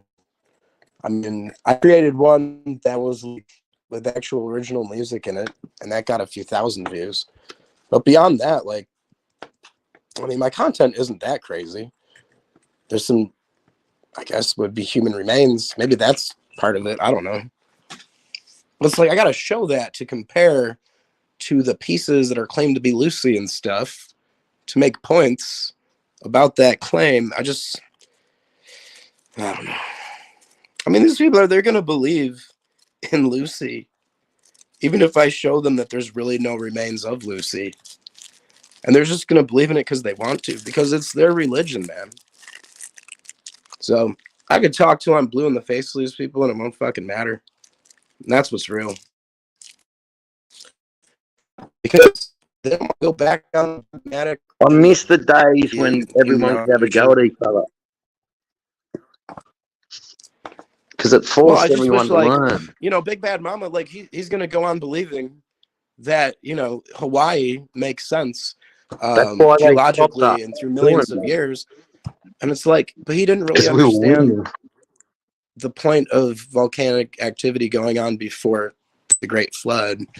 And then, his whole thing is uniformitarian. He believes in uniformitarianism geology, where erosion has happened basically at a constant rate. While there are some catastrophic events, he doesn't believe in a global flood. And, the kind of erosion that you see on the islands in Hawaii could be a result of the Great Flood. And you could have fossil deposits of pre-flood animals, left over. I don't know. Hundreds of millions of years of geology does not make sense on this planet. And the story does not add up like big old baby claims. Like he wants to say that it's a smooth progression of these animals that we're finding in these fossil deposits. But what really is going on is they're connecting a bunch of evidence from across the planet, a bunch of separate fossil deposits, putting them on top of each other and making claims from it. It's all conjecture. It's not science. I'm belittling all this, like this entire field of research. Like geology is all a freaking story. And not all geologists agree. So it's a bunch of bullcrap that they even all agree. And this is just like some assumption that he's working from. This idea that geology is correct in the first place. And it's not, because obviously if professional geologists disagree about major geological features of the planet, when they were created and how, then it's not any science, but rather guesswork, which is what I said. I just like, every time I get someone in here to talk to, it starts roboting. So you tell me. And I've been able to project video in the past. It's adding another half a kilo to the property. It wasn't here before. Good boy. Well, I was talking about how you add, you know, over a long period of time, you got your dogs and everything. I worked it out. Literally, there's been about 25, maybe 30, 40 ton, up to even 50 ton. Here, like this one small 1 acre area just from this one house in the time that I've lived here. Extra. That's a lot, man. It's like I don't know. things like Dundee. All that's left in the chat now is 3 fucking cops. That's all I think. 3 cops. Cool. Yeah.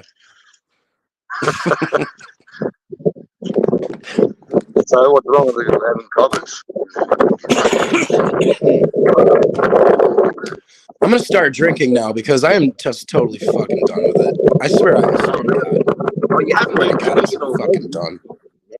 What's wrong with you? Hey man,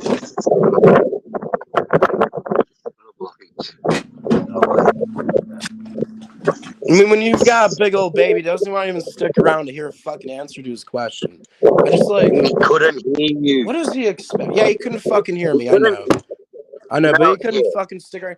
He's sitting on his fucking ass right now at his house, probably looking at porn, instead of fucking hearing the answer to this question that he asked. And he thinks, and you know what? His dumbass thinks he's sitting on his fucking rights. That's just real. Or he's talking shit and some other fucking chat. I just don't even know. Doug's talking to all these women all over the world, right? All over the world, and I'm sort of like, and I'm going, man. One day you're gonna do a video call with these women, and they're gonna come and go, "Hi there, Doug. I'm the person's friend." You know, 300 penny. Have a good night, U.S. Game Champ. Thanks for coming on. Sorry things are gonna fall apart there.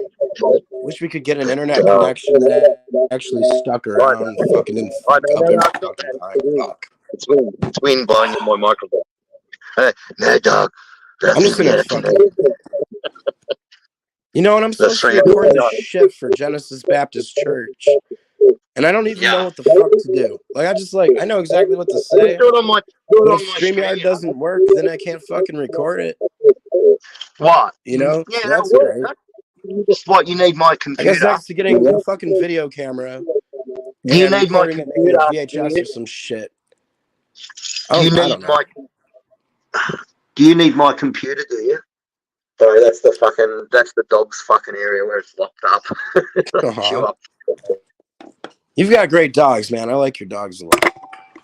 I just found some Irish whiskey, and I'm gonna start getting into that while we BS about something. You know, we could play a video, or maybe no, we can't. You know what? Times. Look at the door. Look at the door. Oh, freaking! I locked it in the room, and it chewed its way through the door. Yeah. You've got problems. He's going to town. You think you've got fucking problems? Look at that. I mean, look at how these pit and bulls, man. They shoot through anything, man. They go through doors, man. Like, fucking, fuck it. He locked me in here. I'm just gonna chew my way through. I mean, I've replaced that many doors. And look at that. Look at the mess. Look at the mess. That's just fucking built up in like the past couple of times I've gone out. And I put that, then I clean it all up, and I pack everything away because I use my hallway as a storage area, right? And then she'll go in and rip more shit up and find more shit. Fucking, and you know how old she is? She's the oldest one of all. She is literally like 13 years old, going on 14. That one is an old dog. And she's chewing up shit like a freaking pup. It's a freaking pain in the neck. Well, I'll tell you what, my pit and bull, I was just chilling there on the couch one day and I started hearing this crunching sound, you know? And I'd whip my head around to see my pit and bull eating the freaking glass, just chomping down on the glass, you know, like a wine glass or whatever. I'm like, holy shit. So I'm pulling the glass out of this. Yeah, I'm pulling the glass out of this dog's mouth. Like, it's loving it too, because, you know, it thinks it found a treat. Yeah. I know. Sure. Thing was just fine. I'd jump on there. First thing I do is run over and belt the shit out of it. I'd grab it by the back of its neck and just throttle it. If it was eating, I'd throttle it. If it was eating glass, I'd just grab it and absolutely throttle the fuck out of it. I would not even hesitate. It would just be throttled after death. No, they're allowed to, like, one thing, my last sort of dogs, right? Like these ones, even though they're old, they're really destructive, right? They don't shit inside or piss inside, thank God. They hold it in, you know what I mean? Like, anyway. But my last sort of dogs, I dominated them too much. Whereas these dogs, I decided that I'd give them more, leeway and give them more of their, let them think for themselves more. And that's sort of like been a blessing and Sure. a freaking curse at the same time. Yeah. So probably better just to dominate the shit out of your dogs than, anyway.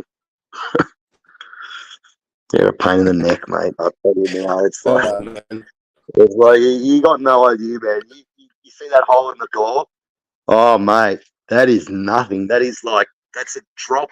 That's a drop in a swimming pool of freaking heck that's been heaped on me from those dogs. But I'll tell you what. I'll tell you what, when those walk dogs out- can eat anything, man. No, it's not they eat it. They just They eat it up. holes. Like they want to get through the door, so they rip the hole through the door. Like, people come Sure. up to me when I'm not here, and my dogs are like bashing against the window and barking. They don't realise that glass is only 3 millimeters thick. You know, it's like the only reason they didn't get ya is because It's they gonna just get out. didn't It's want to gonna get ya. get out one If day. they wanted to get out and Sure. they wanted to get you, they could just go through the glass like it wasn't even there. Like it was just like, Oh yeah. sugar glass. The old sugar glass? Old sugar glass. Have you ever had a dog chase you? Mate, I've had dogs biting me. I've had a dog chase all my over ass.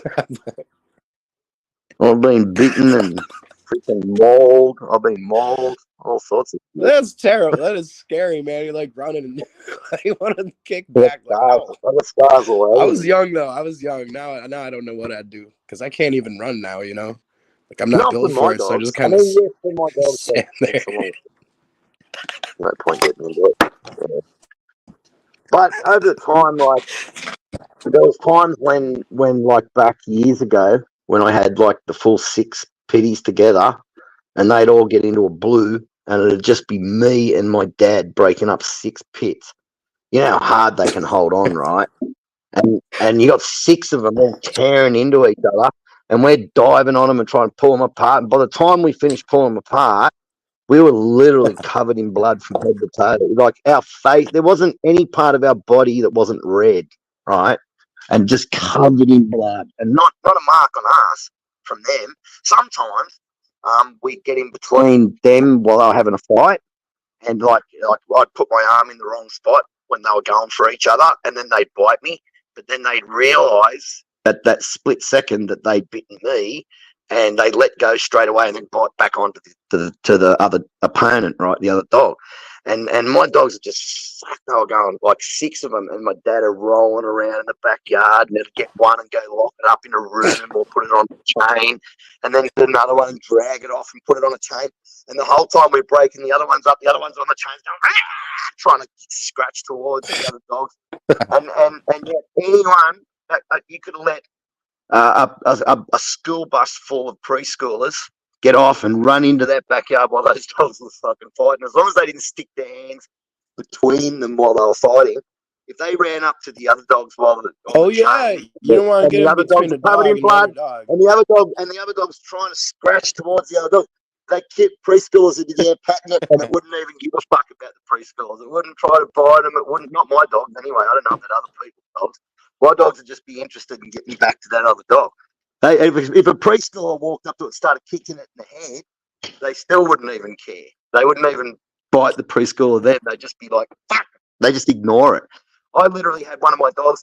I had a rooster that stood 3 foot tall at the top of its head, right? Like a bit over 3 foot tall. Shush! Stop licking! Anyway, it drives me nuts. Stood about a 3 foot tall. at the top of its head, Wow. and it had That's a spurs big on it. dog. No, rooster. I had a rooster. Oh, Ruth. Anyway, Oh, wow. it was a Rhode Island Actually, red. that thing could really crow. It was a Rhode Island red cross. Anyway, it was huge. It stood about, anyway, yeah, it was. Wow. It was really loud. It's kind of like it blow your eardrums. Anyway, it had fucking, it's, Big your chicken middle eggs. finger. But wait, it was a rooster. Anyway, so you had your middle finger. Can't have eggs from a rooster. You get your middle finger double length of the middle finger. That's how long its spur was. And I had its spur cut down as much as I could just to blunt it off. And I hated this rooster, right? So I got my dog once and I took it off the chain. And I thought, all right, I just hope I'm going to throw the tennis ball over near the rooster. And the rooster's going to have a go at my dog when it goes over to get the tennis ball. My dog's just going to kill the rooster in because these dogs could kill it in 3 seconds flat. 3 seconds. The thing would just be, anyway. And that's how powerful they are. Anyway, so I threw the tennis ball over there, and my dog ran over and grabbed the tennis ball, and he's biting on the tennis ball. You know, they chew it and they flatten it out and let it go, and flatten it out and let it go. And the rooster ran over and sunk both its flattened off spurs into the side of it, and it literally feels like Mike Tyson punching you in the kidneys. It can hit that hard. I heard the thump. It's like thump when it hit him, and they can hit really hard. It's like he didn't have sharp edges on it; it just go straight into him and kill him instantly. That's how dangerous they are. People don't realise, man. Yeah. Oh fuck yeah. Anyway, and I saw he just squinted his eyes because it hurt him that much, and he just ignored the rooster and kept chewing on the ball. I thought, you fucking cunt. You dumb dog. And the rooster kept attacking him, and I had to go over there and drag him away and protect him from the rooster because he was so interested in the tennis ball that the rooster was just like pounding him with these fucking blunt spurs, and it was going to hurt him real bad. Yeah, and he was just going to stand there and take it rather than let go of the tennis ball. Yeah. Well, that was a particularly nasty rooster. It was big. It had a neck 2 or 3 times as thick as your wrist, probably 4 times, depending on how big your wrist is. It was big. No, it was a rooster. It was a Rhode Island red, I think he called it. A purebred, a big male. Wow. Huge. Fucking big. Oh, it was big. It was really big. It was really big. I am glad because I had the spurs cut off because I looked at him and how big they were when I got him, and because he was so unruly that the woman that had him couldn't handle him, and she didn't want to kill him, so I ended up with him, and I got them to swim, and I said, I'll cut his spurs off. I said, we can only cut down this far because we cut too much off, it'll cut into the quick and he'll bleed to death. And I said, all right, we'll cut as much off as you can and blunt them off because that's a big bloody bird, and I don't want those spurs anywhere near my dog. And I was in the freaking chook cage one day because I left it open, right, most days, and I'd chase the chooks into the cage if I wanted to catch one, right, and corner them. And I had one chook cornered, and he came up behind me, and he just went boom and slammed those freaking blunt spurs into each side of my back, right where my kidneys would be, and it felt like Mike Tyson punching me in the back. I just dropped from the agony. It was so painful, and I thought, and that was with blunted off spurs. I thought to myself, if that had had sharp spurs, they would have gone straight into my kidneys and killed me instantly. It's freaking, they're deadly, man. You get really big roosters. If you ever go to a farm and you got kids or even adults, anyone, and you got like 2.5, 3 foot tall roosters with massive, long, sharp spurs, stay away from them.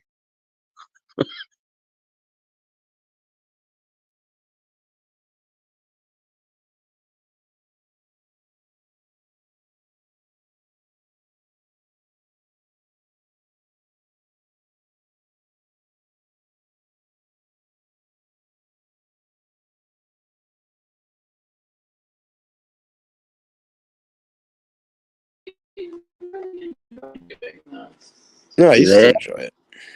Cool. You still there? Fucking StreamYard just kicked my ass off again.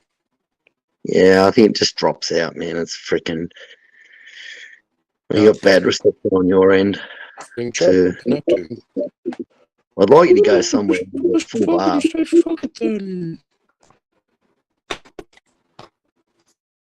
I've got like separate Wi-Fi from my mobile internet. That's why I'm probably so clear, is because even though I get like only 20 something megabits per second download, right? It's constant and steady. That's why I think, yeah, now you got two of you there. I did that the other day. I came back in, there was two. It's science fiction, double the seaside. Like 4 of us. I don't fucking know. Let's see. Yeah. You came back in on the StreamYard side. It looked like there was 2 sea sciences. Yeah, not on the screen, obviously. I don't think. Yeah, no, it wasn't. I don't know. I wasn't watching, paying attention. So, go see science talk. There you go. Now you're clear, I suppose. I hope.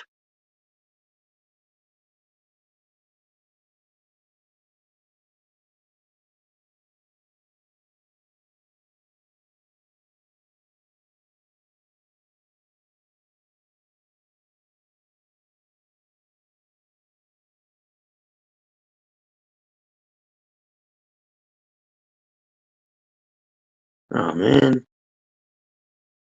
do you leave or is you going to drop out? Anyway, we'll see. Hang on. Back in 30 seconds.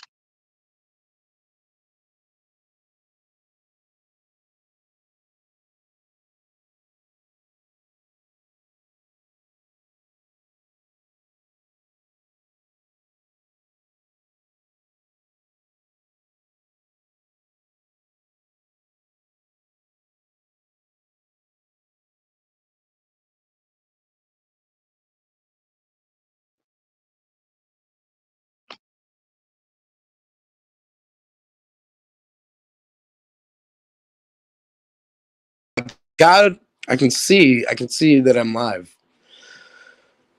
Whew.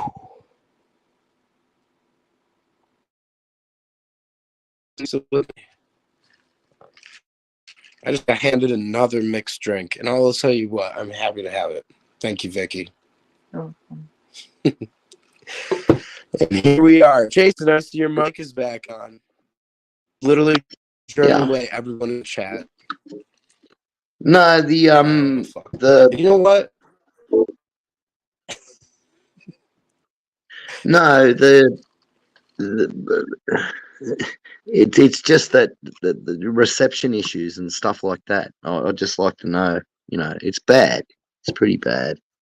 Oh, it's really bad, but like it's the same connection that I've always had. That's always worked. I've even run fucking video through it. It's just StreamYard, man. And it's like, they'll fucking let me say some shit, and then they'll fucking block everything else. So, yeah, I know, but if you go to, say, an area where you get full bars reception and do a test, let's do a test and see. Oh, sure, yeah. I mean, yeah. Just like I don't understand why it would work. Like some days it's fine. Yeah, I know, I'm but sitting in it the same depends. spot, It depends on the traffic on the tower. Like the tower that your internet's coming from, it depends on, like, some days it might be a light amount of traffic on the tower, and other days it might be a heavy amount of traffic on the tower, which would use up bandwidth and shit like that. So, I mean, things like that can be a factor. But if you go to an area where you got full bars, then that won't be a factor. All right, so in case, like you understood what I was saying, right, about the excess argon being discovered in the samples, right? So like there was more argon already than there should have been in these brand new samples of volcanic eruption, and it's like these volcanic plumes in Mount St. Helens. Of argon, or do they measure the buildup of it? I don't know. Yeah, they measure the buildup of the argon. So, but what it is, they're waiting for it to convert to argon gas. Oh, okay. is the thing, and then they're Okay. measuring Oh, that. so like the crystals, Yeah. crystals release argon. It's helium breaks down into argon, or is it? Not sure. I can't remember. Well, they're saying potassium. They're saying potassium becomes argon. Oh, okay. And and the thing Okay. is like the samples that they got from the 80s ended up having excess argon to the point where all the other volcano plumes that have been tested have tested for the same amount of argon. It's like they sent samples from the same plume, 5 different labs. They get 5 different results, and the results range from 350,000 to 3 million years. But then in that same paper, it talks about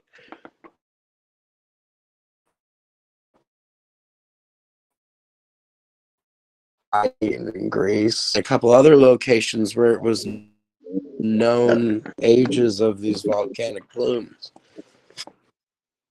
Dropped out for a long time. And these also dated to extreme ages. I feel like it's on time now. I feel like I could even share a picture. Oh, wait. Yeah. Oh, yeah. It took about 4 seconds. Okay. Yeah, No, see, now it's on time. If there's no one here watching, for some reason it works. So you tell me, what the hell? Yeah.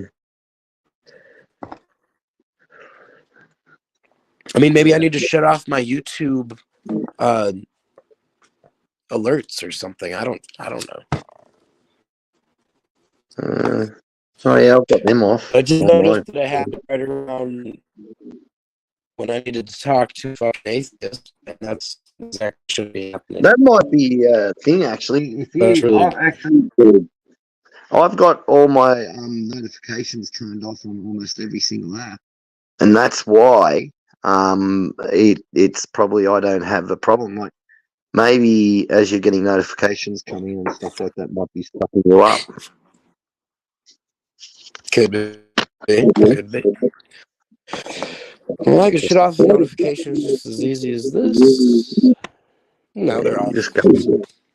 Yeah.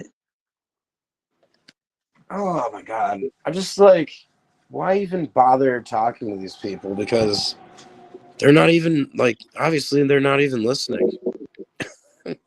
There's 0 people in the chat. So it's I don't know. What a fucking waste of fucking time. It's like trying to convince a Catholic that Catholicism is retarded. That's what it comes down to. That's what I feel like when I'm talking to these fucking atheists. I feel like I'm trying to convince a Catholic that the Pope isn't real.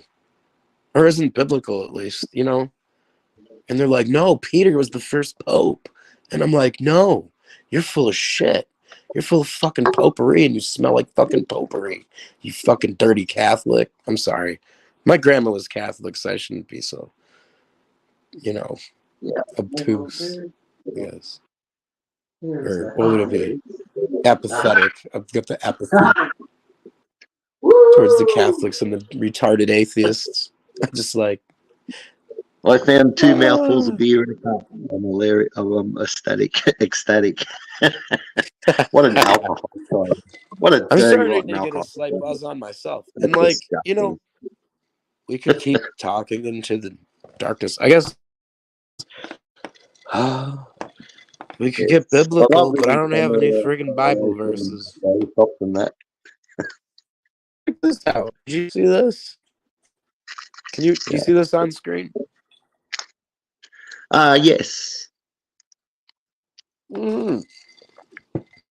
So Louis Leakey is the most famous paleoanthropologist, and he didn't believe the Australopithecus were really what they're claimed to be. He thought they're interesting, but he thought that they were not related to man.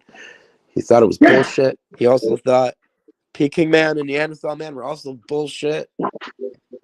Now, why would a mainstream paleoanthropologist think that half of the stuff that they've got is bullshit? Well, maybe he's the only real paleoanthropologist. I don't know. And if he thought a bunch of this stuff was bullshit, maybe we should find out why. And like which ones he thought was bullshit. But he definitely thought the Australopithecus was bullshit, and the Peking man was bullshit, and the Neanderthal man was not related to humans. And it was all bullshit. Well, I agree with Leakey. Or at least that Louis Leakey, but it seems every other Leakey that came after him was retarded. I don't know. And as far as the cabal, as far as paleoanthropology goes, sure, there's the cabal. Everything smells pretty damn leaky to me. When you have the Leakey Foundation being the #1 funder of paleoanthropological digs in the world, and they basically pick and choose what gets discovered. Yeah, there's a cabal. Yeah. If they find like a parrot with a T-Rex or a human foot with a T-Rex, they'll just throw it away and discard it. If they can't, you'll never hear about it. They find, one person said to scientist, they said to him that they were finding, I think he secretly recorded them, and they said that they were finding parrots and things with T-Rex bones regularly, and they weren't telling people about it.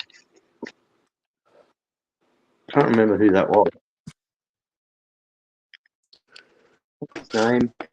Probably The one, was it creationist? the one that showed, or was it the one that were traveled around the world and showed the different fossils like you do. You know, you show the modern one with the fossil, and you say that they're around today. Well, he did a video series on that. Can you remember what it was? It's not ringing a bell over here. It sounds interesting. Yeah. I mean, for me, I don't think that they're going to change their minds because they have a religion. These evolutionists, they have the religion of evolution. When you want to show them that the evidence that they believe in isn't there, when there's actually a lack of fossils to support their claims, their narratives, the human evolution narrative, they just ignore it. And they just do their best to avoid the lack of evidence. And, they continue on saying that there's 300 individual Australopithecine discoveries. It's just a lie. There's 7 Australopithecine discoveries and a bunch of other little pieces. And individual pieces of human and chimpanzee, other ape remains shouldn't add up to anything to anyone. Especially not like 300 individuals, when what you have here are partially complete skeletons that have been compiled and put together from pieces all over caves and all side of hillsides. It's just a bunch of baloney. And the most complete one is STW-573, and that appears to be a gorilla. Or at least the ape parts are. There's plenty of literature saying that the STW-573, the Littlefoot discovery, is very ape-like, even more gorilla-like than anything. So it was pretty easy to figure out what it was. Because the literature all points to the truth. But it's like they need something to believe in. So instead of coming out and saying exactly what they have, they just let people believe these lies. And it goes on and on. Kind of like the Catholic Church. And yes, atheism is a religion. No, religions don't have to have a deity. Consider Buddhism, Taoism, atheism. There's plenty of religions across the world that don't have a holy book. Basically, every illiterate religion doesn't have a holy book. And there are plenty of those. So, no, atheism is a religion because religion doesn't necessitate a holy book or a belief in a deity. It just has to be a set of beliefs that multiple people believe in. And even a singular religion, like a person can have their own religion, like a person's religion, you can say with a little r, which would just be their personal belief system. So every person is religious. For you to not be religious, you'd basically have to think, not form ideas. Okay. Atheism is a religion, and atheists often choose agnosticism and evolution to believe in evolutionism. So,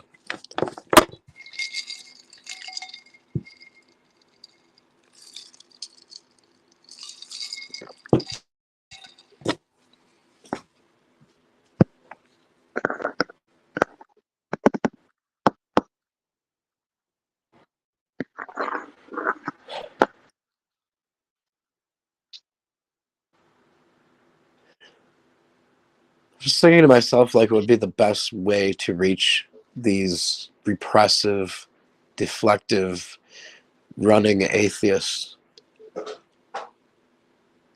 that want to,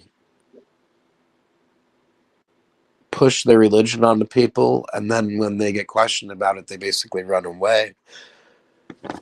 I just like,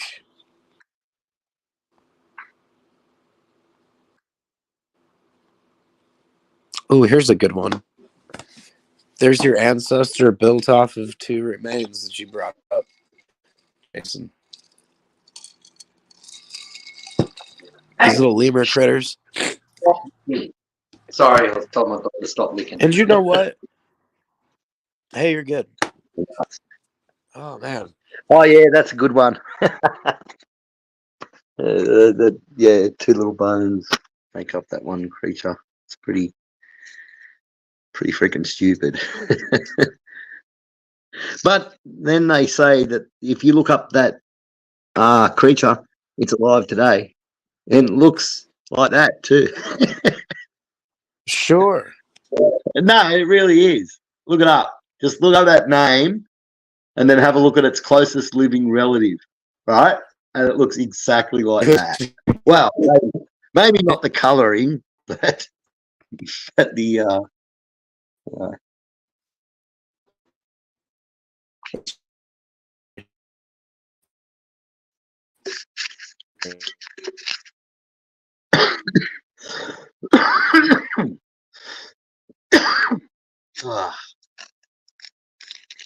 there we go. Beautiful cough. Bloody cigarettes. Oh, stop licking! It's enough. I'm nuts, dog. I'll let them lick for a while until they clean themselves, and then after that, after they've been licking for about 5 or 10 minutes, that's enough. See, listen to a fucking lick like a tap dripping right beside your ear.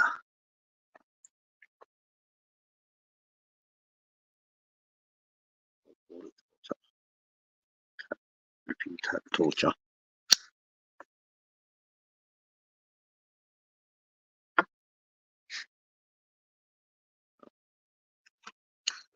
Drop out. Drop out.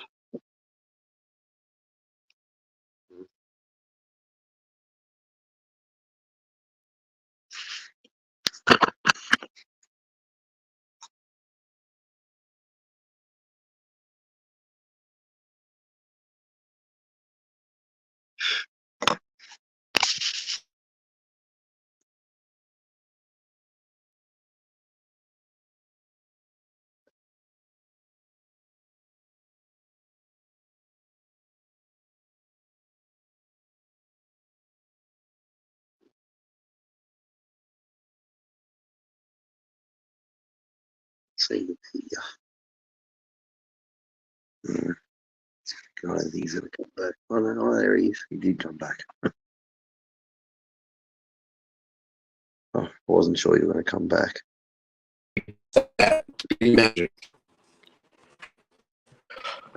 Whew. Let's see here. You still there, buddy? Yeah. We are gonna get into this tonight. Look at that. There's Lucy's fake bone. The bathroom he made. Okay. I don't mean plastic or fabricated. I mean they're real bones, but they don't really belong to Lucy.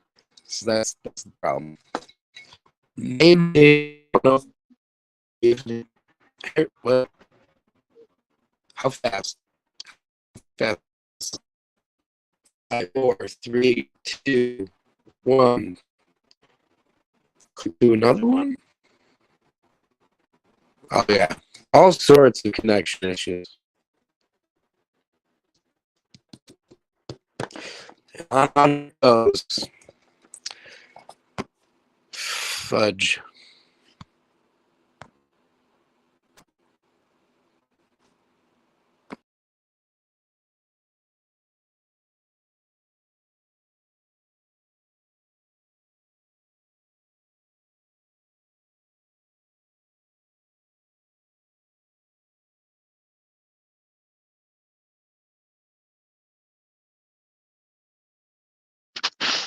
Oh, far out, man. You drop out. All right. Well, I suppose if it's going to keep doing this, it's not really a good idea to keep going, I suppose. I'll just leave it for a while and see if he comes back.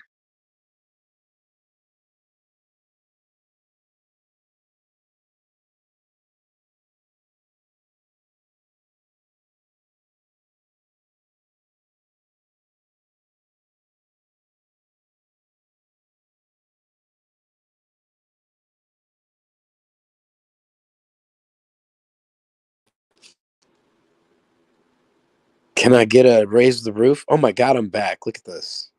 Just like that, like gaining fat. Bounced right back. I just like yeah, so anyway, yeah, AIG is wrong. You know, they're wrong about Lucy. They're all wrong. I'm the only one that's right. And that's what's real. And that's why I wrote Bot Out. And I know about radiometric dating and why that's wrong. And I know why the whole story that Big Bad Mama was spieling off about these successive range dates, bullshit about Hawaii. That's all wrong because radiometric dating doesn't work on things of a known age. You know, that we've tested with it that is of a known age. It's been way off. And that's why radiometric dating is a joke to believe in. StreamYard is a joke. This shit, you know, it works until you need it. Yeah, What do you think, do Chase? need a certain. It does, but you do need a certain amount of uh, bandwidth and stuff like that. Like at the moment, Doug's asleep, right? So Sure. he's you know, so he's not using the internet at the moment. So it's like that's why mine's a lot clearer. So I suppose if he was here, he'd be using up bandwidth and that with the videos and everything that he watches and everything he does. So that's probably why Yeah. I'm not Well, you clear. sounded clear. I'd say that you sounded clear for tonight. So, Yeah, yeah, that's because that's the reason. Yeah. well, I'll tell you that no one's been on my internet, and I still like had issues there trying to talk to Big Bad Mama. But I'm You know. I'm paying $1,100 a year for the internet I'm on now. Holy shit. And the reason, like, I've got people on the mainland that are paying a third of what I'm paying every month and getting double the speed, right? literally double the speed. I've talked to them and got them to do a internet speed test while I've been on the phone with them, and they literally on just regular broadband, they're getting double the speed. But the reason we're paying more out here is because, out in the middle of nowhere, out in the country, it's expensive and there's not many people, and it's expensive to keep the towers up. So if you don't pay the big dollars, then they can't afford to, look after the towers and upgrade the towers and keep them going. So yeah, it's the reason I've got like a thing called wireless NBN, National Broadband Network. So I got wireless National Broadband Network. So that's why I'm so clear. And when say Doug is asleep and he's not using, because he's a night owl, right? And he's not using the internet, then obviously I'm clear today. So there you go. So if you're living in an area where you've got a lot of people around you, and say 100,000 people stop using it for a few hours, and then everything goes good for a few hours, and all of a sudden it turns to shit, well, those 100,000 people might jump back on and start sucking up all the bandwidth around you. And that's why things, people jumping on and off of the internet, or depending on what they're doing, some people might be reading stuff which does not use up much bandwidth, and then switch to watching videos which uses up shitloads of bandwidth, and so on. So it can have a lot to do with that, and also hackers. You do have those little wankers that just sit around living to Like cause trouble. like fucking Bond, whoever the fucking cop.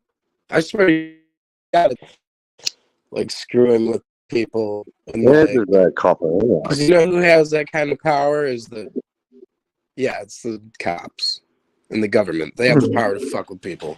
And I have no doubt that our government that pushes that atheist religion and the freaking evolution narrative on everybody, that very same government has fucking people working to keep creationist content off of YouTube and out of the public eye.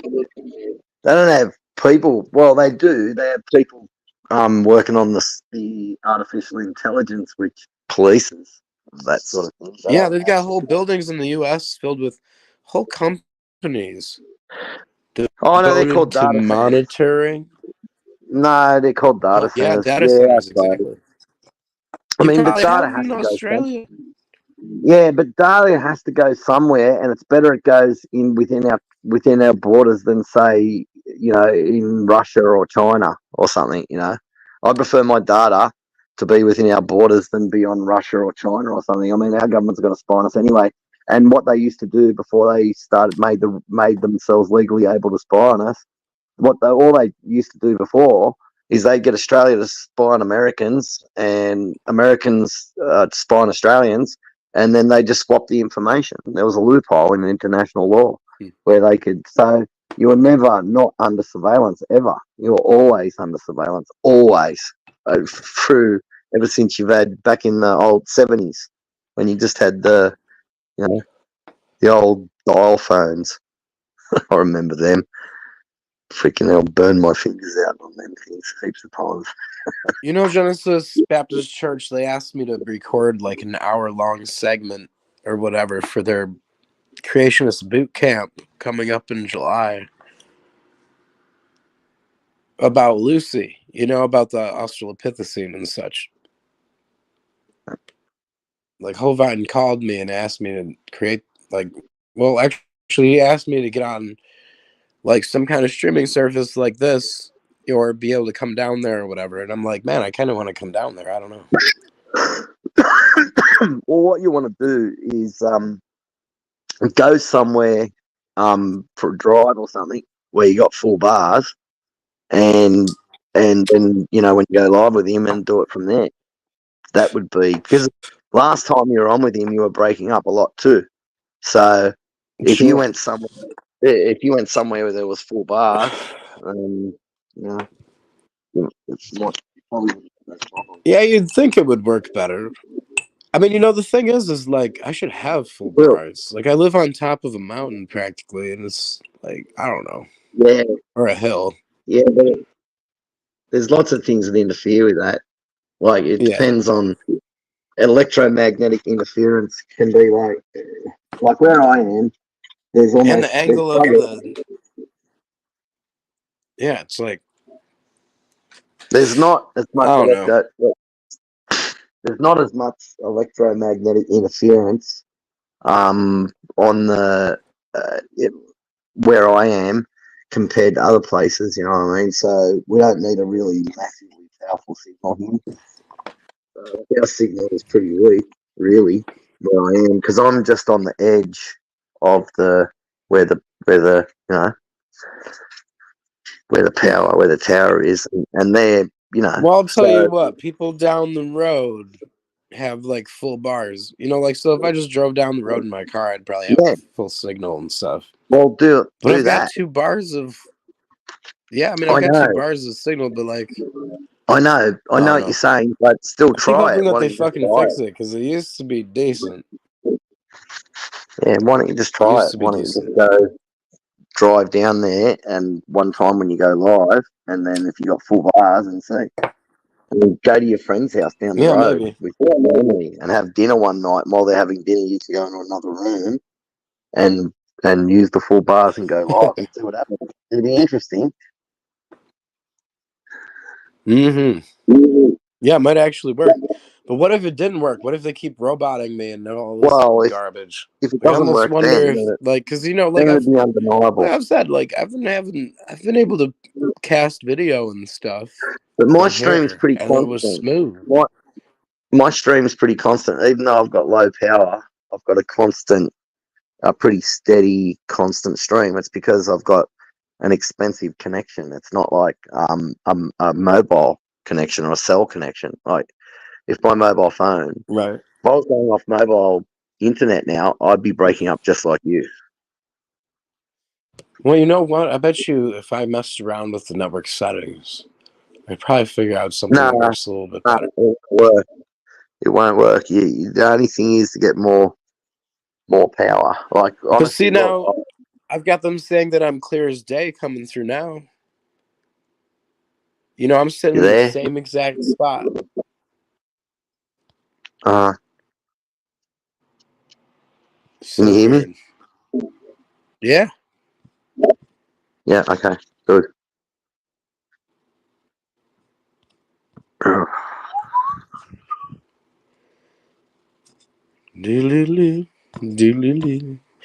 I don't know. It seems like it's working now, right? You can hear me? Yeah. Yeah, it's clear as day. And you know why? It's because there's nobody watching. That's exactly why. Because that's how it fucking works. And I'll tell you what, as soon as someone else comes on the show, or if someone did come on the show, it would start locking up again. Especially if it was an atheist that could actually talk to me. It's just like, that's the way it fucking is, man. And they will always block our shit on lives, and after we print it, they will always keep us from people seeing it, and it's just the way it is. So, like, I guess what you gotta do is go sit in the fucking city and cry out and be like, this is how it really is. You're early in the morning there, right? Like some kind of fucking nut. You know what I mean? Yeah, so you're early in the morning there, right? Well, I mean, it's 12:28 right now. Yeah. So there's times when people start to jump off the internet and go to bed because they have to get up in the morning. So maybe sure. Around the time that people start to jump off the internet and start to create more bandwidth will show live shit to people in their algorithms. You know, if it's not something like me and you talking about the government and say evolution and shit like that, then like YouTube will actually show it to people. So people can click on it and fucking view. Because, I mean, like, to be real, just 2 dudes talking about bullshit and a pretty background has other channels with hundreds of fucking viewers. Yeah. You know? And it's like, these people aren't even talking about anything. So you tell me what the fuck. Like, YouTube definitely hides our stuff. Oh, yeah, but I've been dealing with it for the past 2 or 3 years that I've been uploading videos, which isn't very long. You've been uploading longer than me. there's some of it is them. Yeah, it's mostly them. There's a lot of it with them hiding stuff, but it's also because they constantly change the rules and we don't play the game right as well. So if we went on and started opening up all our accounts and like I got the full yards where I can stream to 8 different destinations and and I started doing that and I started getting all paid accounts and channels. Well, then we'd start to gain a lot more views and followers, and that's how they do it. I mean, you got to play the game, but it's expensive. You got to pay all these subscriptions. You got to be a little goody Yeah, and two that's shoes. crazy. You shouldn't have to do that, Yeah, you can say what you like pretty much when you're live, but you have to watch out what you say in the comments, which is really weird. But anyway, so I really want to know, like how it all works, like how they choose what they block, and I mean, because well, they there's realize if crazy they blocked all of it, YouTube. yeah. I just I don't know. I wish it would change though, because I mean, we know the answers. Like we have the answers right here for these people, and it's just like can't even connect to them. Can't even connect to them. And I get one guest on here, and then StreamYard really kicks me out. I really got booted out of StreamYard 2 or 3 times. But if you went somewhere there were full bars and that happened, then we'd know for certain. That's true too. That's You true don't have too. to tell anybody. You don't have to tell anybody where you are. I mean, you can use a VCN to mask where you were anyway. Yeah, I mean, I've had it where I'll move to the bathroom during debates because there's slightly better connection there. But I've been able to cast video from sitting here at the dinner table. You know what I mean? And it's worked just fine. So I don't know. It goes on and on. And you've got people I don't know, Ken Ham and shit, like AIG. You've got people spewing all this freaking nonsense that's not even biblical. For instance, this Ice Age shit. I don't believe in an Ice Age, and I don't believe it's biblical. But you have a bunch of creationists teaching about Ice Ages. Oh, hang on a sec. I've got someone calling me. I have to. You done? All right, have a good night. Sleep good. So I'm doing a little bit more of a drink. There we go. Yeah, I just I heard Ice Age one too many damn times out of creationist mouths.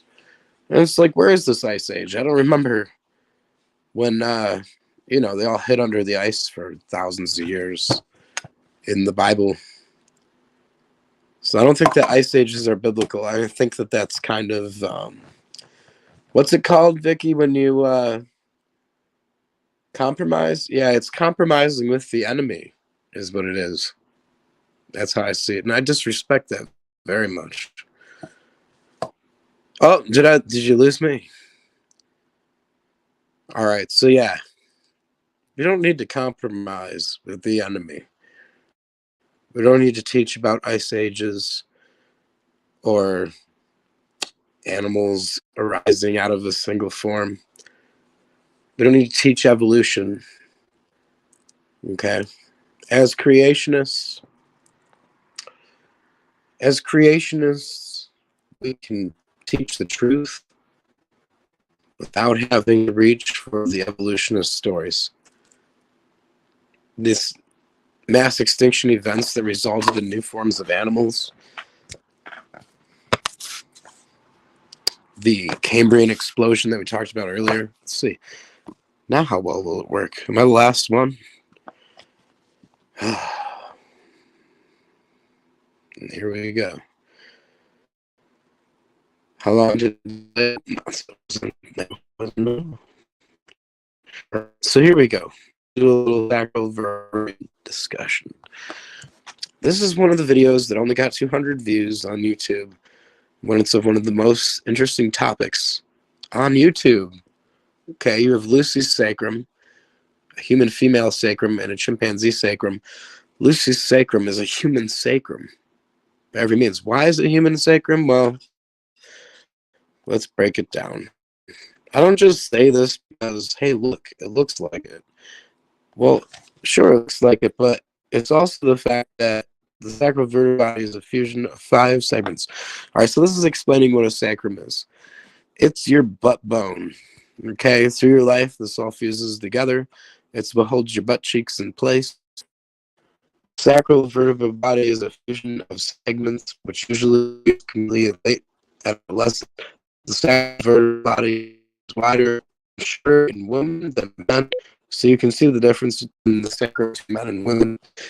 And the sacrum is shorter in elderly persons than it is in young adults due to the decreased vertebral body, because your vertebrae compress over time, at the time of your life.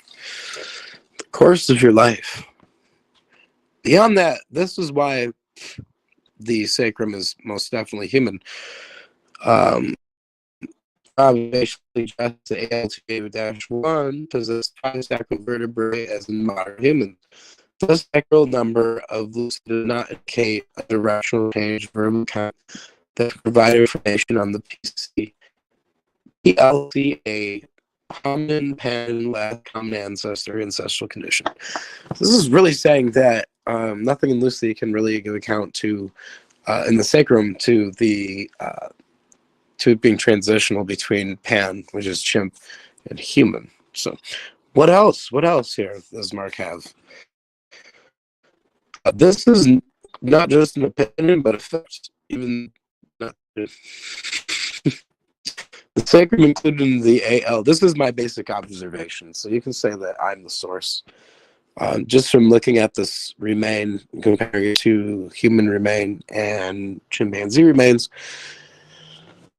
it's clear that the AL2A and Lucy fused and the size and curvature of the bottom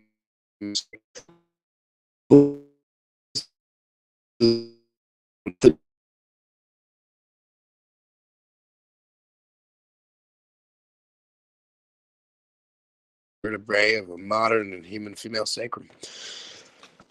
Yeah. So I don't know what else can make it more human.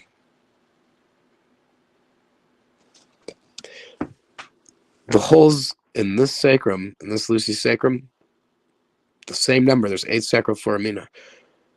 And those are the holes that the nerves and muscles run through that, anchor your butt to this bone. So for twerking, and you have human sacrum, oh, there it is, 8 sacral foramina. And then you have the chimpanzee sacrum, which has 10 sacral foramina. It's way different. And these evolutionists are constantly saying that humans are apes, when this is not the case. The bones, the actual body systems are far different. Reproductive systems, skeletal system. Here you have an example. The skeletal system is far different in tree-dwelling apes than in humans. So it's pretty evident what we have here are pieces of human remains, which have been included with some chimpanzee remains. And am I still talking? Oh, yeah, we're live. All right. So we've got, what you have here is a box of human and monkey and chimp bones, because they still have that monkey bone in there. It's already proven monkey. And, when they found this baboon remain back in 2015, this is new information, 9 years old. When they discovered this, here we go, this tiny bone. So here you have it. And it's the only neck vertebrae that they have for this conglomeration. And they should have a few more.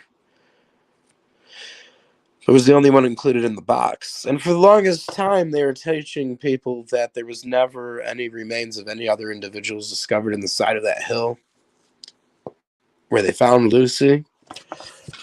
Well, this is obviously not the case if there was a baboon remain found in there too.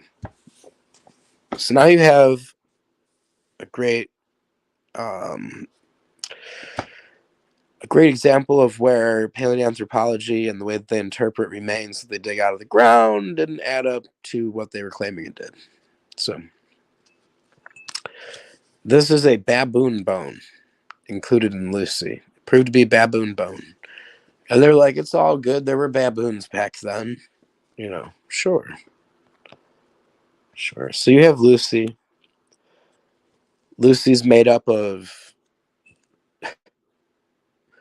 6 skull remains that they guessed about. I mean, the entire face is missing. You have Miss Pless, and that's more of a complete skull. But, like, what there is of it is obviously chimpanzee. So,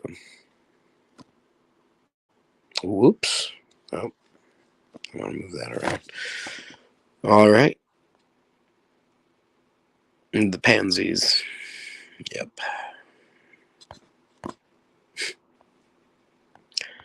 Yeah, so here you have the pan line. That's the purple. Well, maybe. Okay.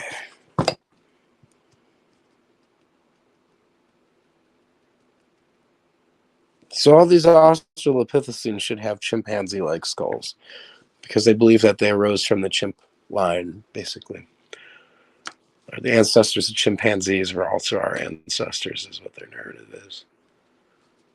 So that purple segment, that purple branch, the pansy, hominini or whatever, at the base, going off is the supposedly the ancestral line to the Australopithecine and then to humankind.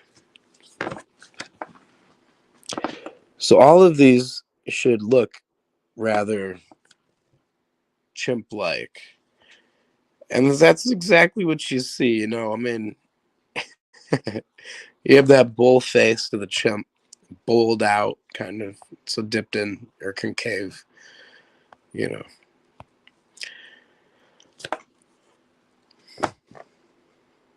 It's really something. All right. So maybe I'll record this for the... All right. So this next segment should be for the Creationist Boot Camp at Genesis Baptist Church. This informational video exposes the truth about the Australopithecine claims, these basically mini Sasquatch-like creatures here you see of human evolution. Now, the evolutionists, they really believe in these things, you know, and there's very little evidence for them. I remember growing up when I was young, one of my friends that was an evolutionist basically showed me something like this and, you know, believe that this skull, even though it's in pieces and was glued together, is obviously evidence of human evolution. I mean, that's what the professionals claim it is. So there it is. And unless that's fake, then human evolution must be true. And I mean, that's basically what I was handed. So I think as a creationist, especially young earth creationist, it's good to be aware of these claims from paleoanthropology so that you can address the human evolution believers, you know, because if they believe in human evolution, then that is a barrier for them believing in Jesus Christ. So I think that addressing this is very important. So we'll get into that, and hopefully it won't take more than an hour. Like I said, when I was young, a friend showed me basically something like this online and made the claim from there that it is absolute evidence for human evolution. Now when I look at it, I see a chimpanzee skull because I've studied more of the skulls and the differences between, say, chimp and gorilla and human. And um, Australopithecine claims. So, like here you have the crest atop the skull, and it's kind of like a crown that goes all the way across. You can kind of see it from the side view here, but that is not present in humans, you know? So, I mean, it's obviously a chimpanzee skull. Even the dip in the face and the brow ridge, it's a dead giveaway. So, it is not human, that's for sure.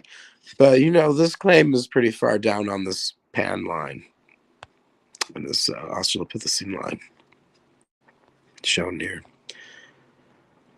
Here we go. So you have the purple line going up in the center, and that's the chimpanzee line. Human evolution basically suggests that the purple line became the royal blue Australopithecine line. So the ancestors of what would be modern chimpanzees are supposed to be related to the ancestors of humankind, which their claim is the Australopithecine. These Sasquatch-like beings with human bottoms and chimpanzee tops. So, you know, these are some very interesting looking characters. They try to make them look as human as possible to push their story. There are many claims about these creatures, okay? And one of them is that there's hundreds of individuals that have been discovered, when really it's more like there's been hundreds of pieces that are claimed to be Australopithecine, when what you really have is a bunch of pieces of chimpanzees and humans, okay? Their teeth. Here's a good example of what they actually have as far as the Australopithecine. There are 7 major partial skeletal finds. And from these 7, this entire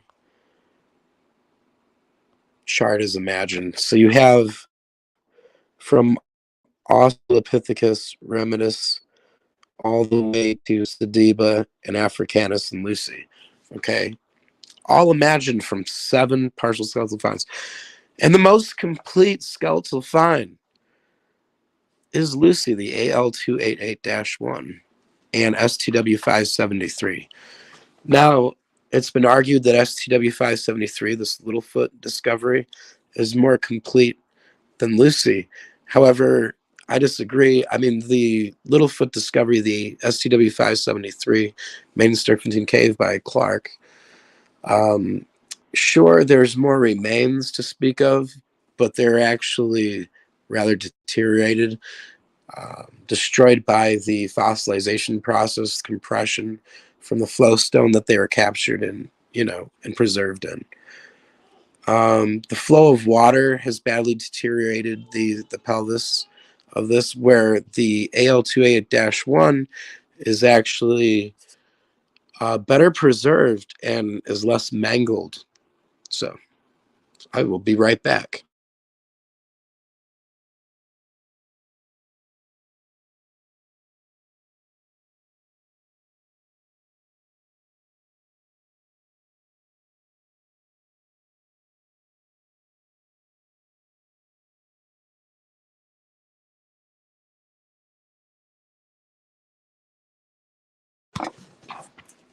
All right, back. So, like I was saying, the STW573, although there might be more remains to speak of, it's actually rather incomplete when you consider a full skeleton has over 200 remains. And more than half of those remains are actually in the feet and in the hands. And while the STW573 does have a pretty complete hand, both of its feet, for the most part, and the other hand is missing. So you have, just right there, you have a skeleton that's at best, like 70% complete. Now, Lucy could be considered even more complete because you have, while there's less remains, you can reflect them, you know? And because of that, you actually have a more complete skeleton that's been less deteriorated by the fossilization process, I think, with Lucy. So I think my point stands that Lucy's probably the most complete discovery. The MH2 and MH1 on the right are sort of newer discoveries.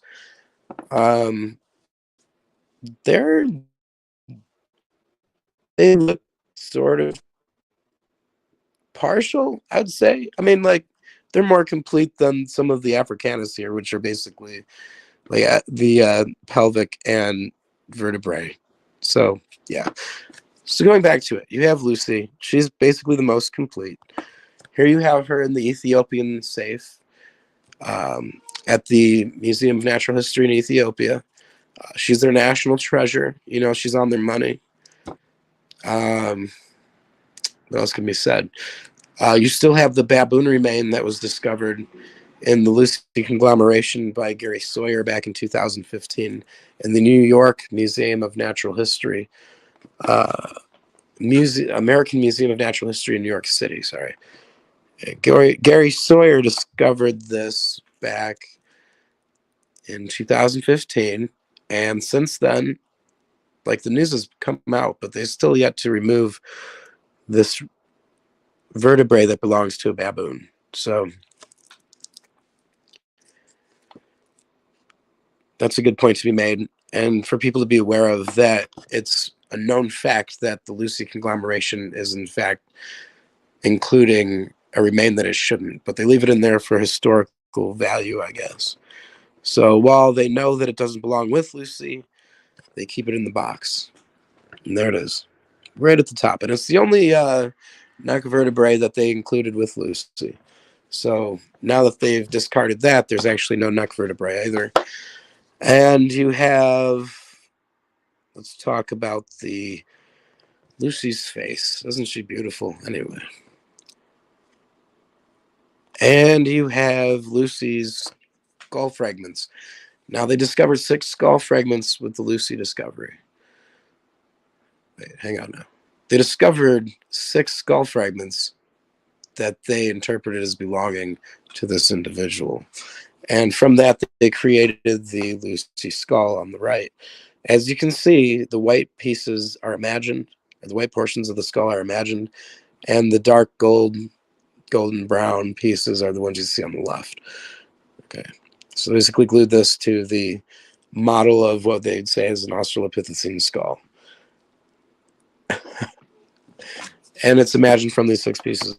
Now, that's a huge leap in logic. Now, when you realize that these 6 skull fragments are all that they've got to imagine this skull from, you have to consider how they were found and how they were discovered. And I actually got this book here from Johansson, who is accredited with discovering the Lucy conglomeration.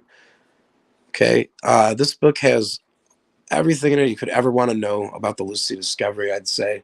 You've got maps, you've got how it was discovered, you got some photos here. I mean, when I first started studying this topic, I really believed that these guys were being pretty honest, as far as how they were discovering the remains. Like, I assumed that Lucy was from the general area, all the same area. It was kind of found together, maybe. Like, all the pieces of her could have been found in the same spot. When this doesn't seem to be the case, because what they did at the Afarensis, or at the Afar region, the Afar location, this dig site, was they basically shoveled gravel down the side of the hill and collected it at the bottom of the hill and then laid it out on long pieces of cloth next to the Awash River, which is in the Afar region there. And then they picked through all that gravel to pick out all the pieces of what would be hominids, they'd claim. So this isn't a case where, say, the partial skeleton was all found in the same area. This is more of a case where they dug a bunch of the top layer of gravel off of a hillside and picked through it to find pieces. And when they had picked out their pieces, and put them all into a box. They made a claim that they had found a brand new hominid, and Lucy was the name. So, as you see, how they discovered it was a little bit different than what we're told. You know, there aren't hundreds of these individuals. There are, well, there's Lucy, as far as the afarensis goes. There's Lucy, and there's the Dakika child, and the Dakika child is even less complete than Lucy is. So, that's about the whole of it. These human evolution believers, this is like their religious artifact, you know, and no one can question their religious artifact, because then you're going against their religion, their dogmatic belief system. Like, Lucy has to be true. You can't question it. And that's why, like, even though these are fossil remains, they haven't attempted to test them for DNA. Okay? When a lot of these remains in here look pretty new, and I mean, I think that they should take a more critical look. It's the fact that it took over 40 years to realize that a baboon bone was included in this conglomeration. That is very revealing, and it shows that the paleoanthropological community is not taking a critical look at these original fossils, or at least a critical enough look. I mean, if a baboon vertebrae escaped detection for over 40 years, then they are not taking a critical look at this. So that's what we're doing now. And what we've found has really brought to light a few things. So looking at this conglomeration, this what's claimed to be Lucy, this single partial skeleton that they dug out the side of the hill and then picked out of a collection of gravel off of long sheets across or along the Awash River. This conglomeration is not very complete, and all the remains are cracked and broken, but they are not deteriorated as bad as they could be. So what you do have here with Lucy is a great example of what's called a sacrum, and that's the triangular bone at the base of your vertebral column, and this bone supports your butt, and it's basically your butt bone, and the holes in this bone are where the nerves and muscles pass through to anchor your butt. So what we're doing here is we basically were able to get good photos of the Lucy sacral composite. So, and then compare it to a human female. Now we're comparing to females because Lucy is supposed to be a female. So, and what we found is that the Lucy sacrum looks quite like a human sacrum. In fact, it's my opinion that the Lucy, or the sacrum included in the Lucy conglomeration, is a human sacrum. It's certainly not between chimpanzee and human. It has all the same features that a human sacrum has. So we'll get into that a little bit. What can be said, you've got the sacrum. Now, this is the entire pelvis of the Lucy conglomeration, which is unarguably the most famous fossil discovery on the planet. This Lucy found by Johansen. Now, the ilium is reconstructed. It was pieced together. It was picked out of the hillside. Now, this was actually all found together. The ilium was found in pieces, but at the same spot.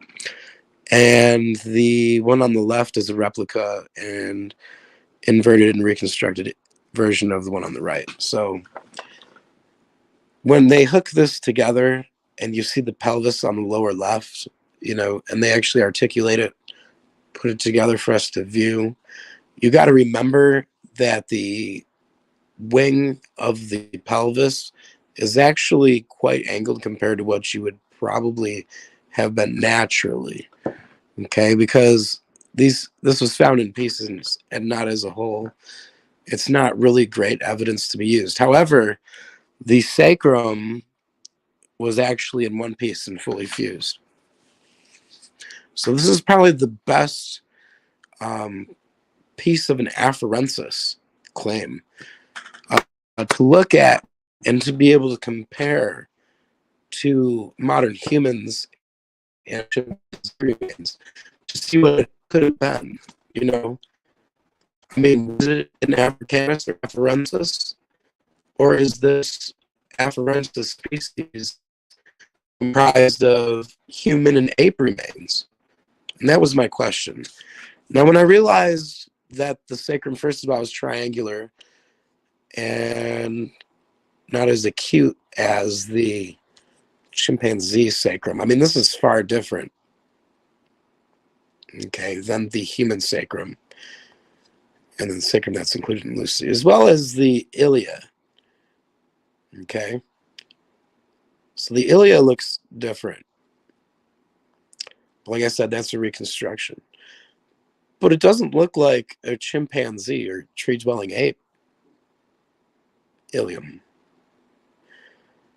In fact, I'd say it looks more human than anything. So here you have the Lucy conglomeration. Here you have the Lucy pelvis. It's got a human-looking sacrum and a fairly human-looking ilium, if you consider that the ilium is a reconstruction and pieced together like a jigsaw puzzle. But since the sacrum was the only piece that was found fused together, and as it would have been in nature, other than a little bit of compression, probably from the fossilization process, because a lot of bones get flattened out during this, it is the most complete piece. So that's what I had to compare to modern humans and to chimpanzees, and I worked from there. The Lucy sacrum has 8 sacral foramina, and like I said, those are the holes in the sacrum that are formed when the sacral pieces or the six fuse together to create this triangular shaped bone. So the Lucy sacrum has 8 sacral holes for the nerves to flow through and the muscles, and so does the human sacrum. Now, the human sacrum is the same shape, size, curvature, and the holes are in the same orientation, the same placement as a human sacrum. These holes also are at the same angle coming out of the sacrum.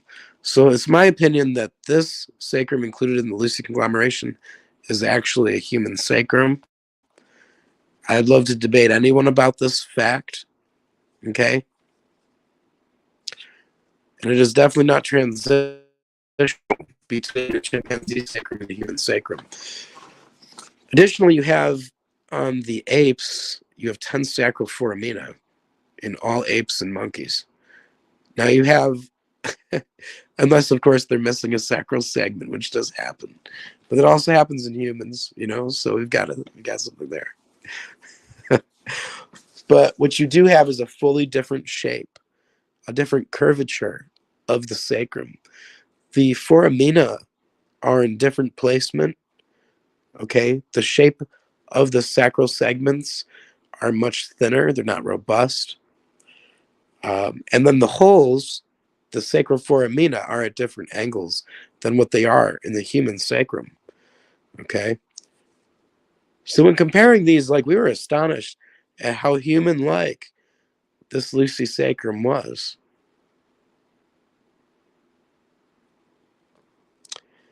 And there's a great variation within humankind, you know, when it comes to bone density, body frame. Okay, the skeletal system varies between peoples. Okay, so every bone in the body varies as much as the human spectrum does as far as the skeletal system. So for me, it's obvious that the sacrum included in this conglomeration was misinterpreted as an Australopithecine remain, since there's so few of them to go by and compare to. You know, we've got, and by the way, this is the most complete sacrum that they have for any Australopithecine. And it looks just like a human sacrum. So there is no transition. There is no evolution. What you have is a box full of human and ape remains. And I guess a baboon remain too. So there's a monkey in there, you know. So the long taught narrative that the Lucy conglomeration, that there was only a single individual in that hillside, has been proven incorrect. And this was some fact that they've often leaned on to reinforce their belief in human evolution's belief that this Lucy conglomeration is actually transitional and a real creature, is that they say that there was no other individuals found in that hill. So, and there was no repeated remains. Okay, that's the other story. How could that possibly be if they've already found this baboon bone in the Lucy conglomeration? Obviously, there was more than one individual in the hillside, and that old argument is demolished. In fact, now it shines through that Lucy, this conglomeration, is actually a mix of different species, not only different individuals, but different species remains. Fully misinterpreted, whether intentionally or unintentionally. It's a misinterpreted discovery. And that's what Lucy is. So now we can get back into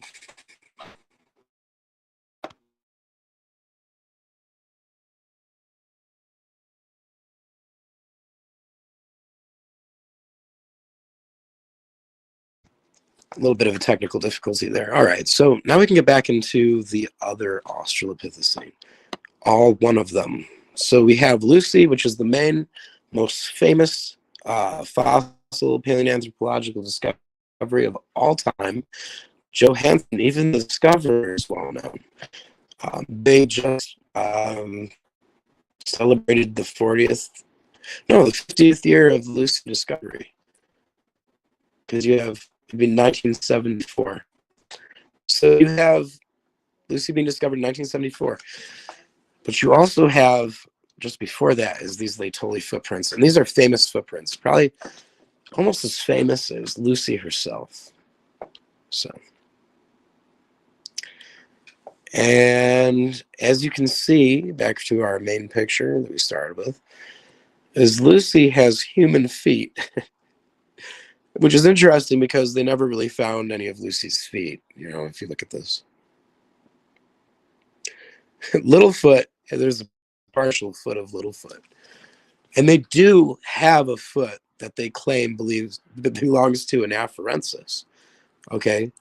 But it's like what would be an adolescent claim, afarensis. So the foot is very, very small. And it would be like 2.5 inches long. Okay, so yeah, it's a small foot.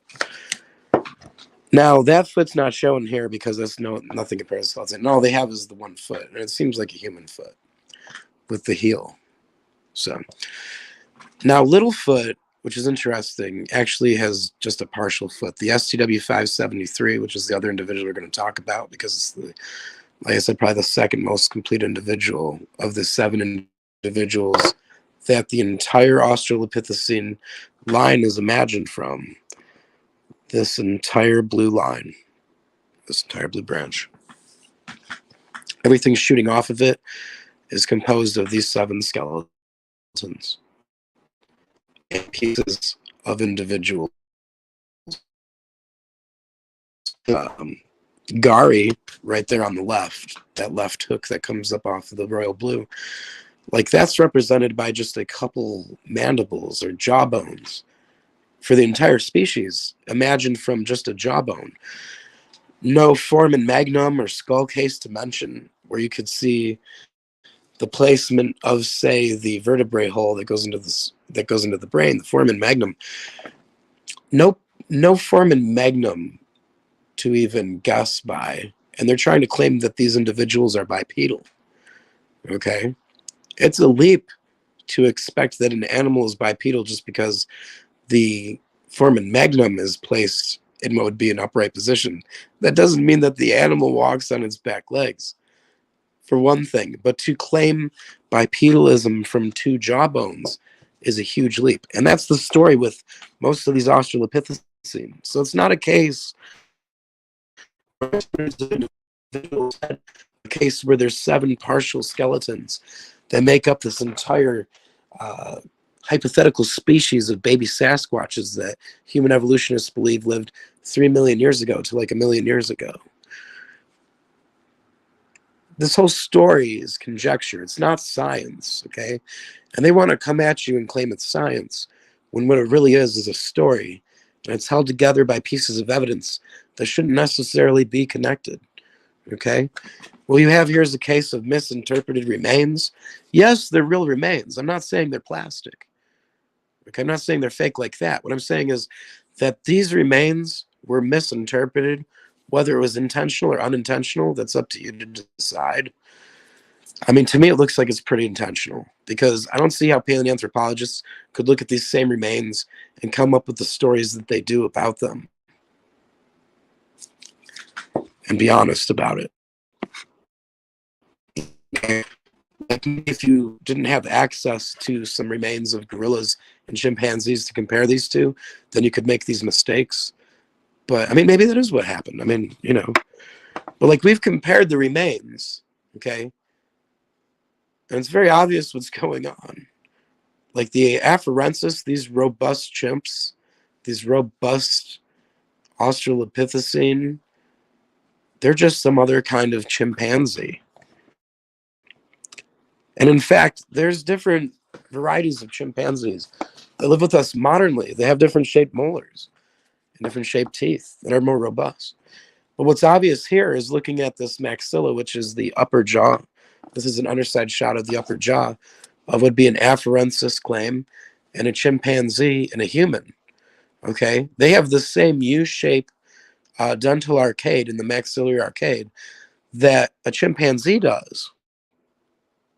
It's that U shape where the back molar is actually closer together than the side molars going up. When you look at the human, we have like a V-shaped or maxillary molar line. Like if you were to draw a line through the molars, you would get a V shape, where you get an obvious U with the Afarensis or the chimpanzee. So what you have here is them comparing what would be, say, an adult with more of a juvenile chimp, and then a human. And then they draw pictures of the same comparison and they accentuate them where they want to, you know, like the human jaw on this, the Homo sapien jaw doesn't look as V-shaped. And it's almost like they're trying to create a U when humans don't look like that. Okay. And even the teeth on the Afarensis in this one, you know, look slightly different than the teeth going out of here. Okay. Because they don't even have the right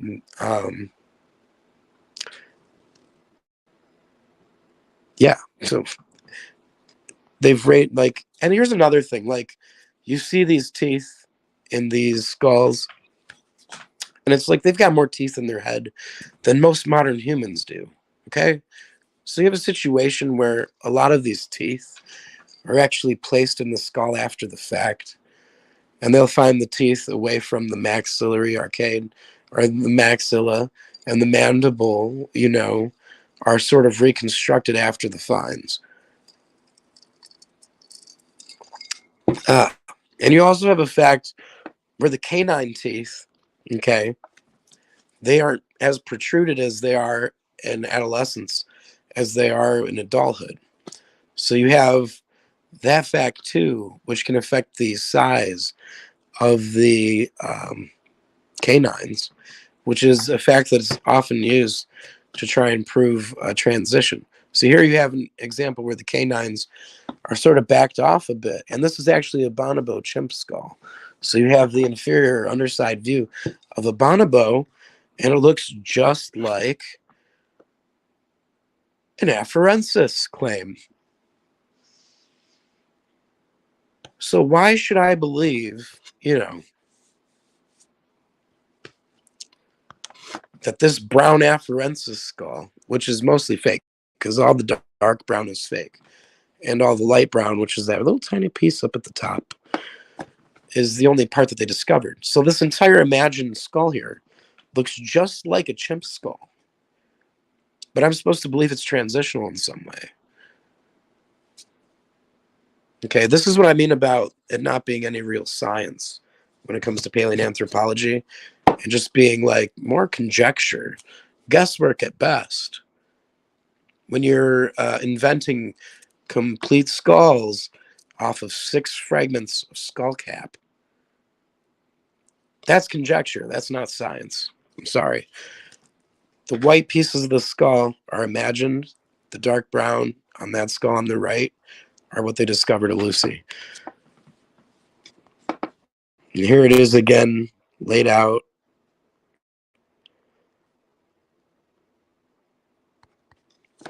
Showing everything that they've got for Lucy. There's no feet, there's no hands. And they want to say that this thing's 40% complete? No. Not when there's 100 bones in your hands and feet alone. That's half your skeleton that's missing right there. So, even though they never found any feet, they have fossilized footprints. We'll get back to the Laetoli footprints here, because these are just as famous as Lucy, I'd say. Laetoli footprints, I think they were found in 1972, a couple years before the Lucy discovery, by Mary Leakey and her team. And Lucy Leakey was there as well. They worked in the Olduvai Gorge area mostly, but this was her baby. Mary Leakey discovered this, and when she did, she remarked at how human-like they appeared. And this was a big deal because, they were coming up with basically human evolution narrative, what these things are supposed to look like at this certain time. What our hypothetical ancestors are supposed to look like 3 million years ago. And they couldn't decide, did they have an offset big toe that shows transition, or did they have a regular human big toe? Well, it turns out that when they discovered these footprints, that they claimed through radiometric dating must be at least 3.2 million years old. Okay. And they're married to the radiometric dating technique, which gives obscene ages for young lava flows and ash layers. You have a situation where they found human footprints and then tried to claim that they belonged to Sasquatches. So, are these Australopithecine. And that's why when you see the Australopithecine, whether it's Africanus, Afarensis, you're going to see human feet. Okay? All right. Like I said in the beginning, you have a chimpanzee top, even the longer arms for better tree climbing, and then you have a human bottom. This is not transitional. In my mind, a transition would be partway between, not half evolved into human and half still chimpanzee. That makes no sense, but that's how it is with human evolution and the remains they've got right now.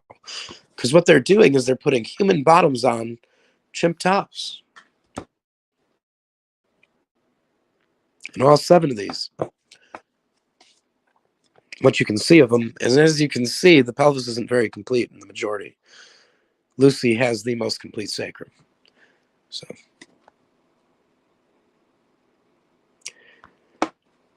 now the Laetoli footprints, they took early castings of these footprints, and this video or this photo is online, but it's pretty rare.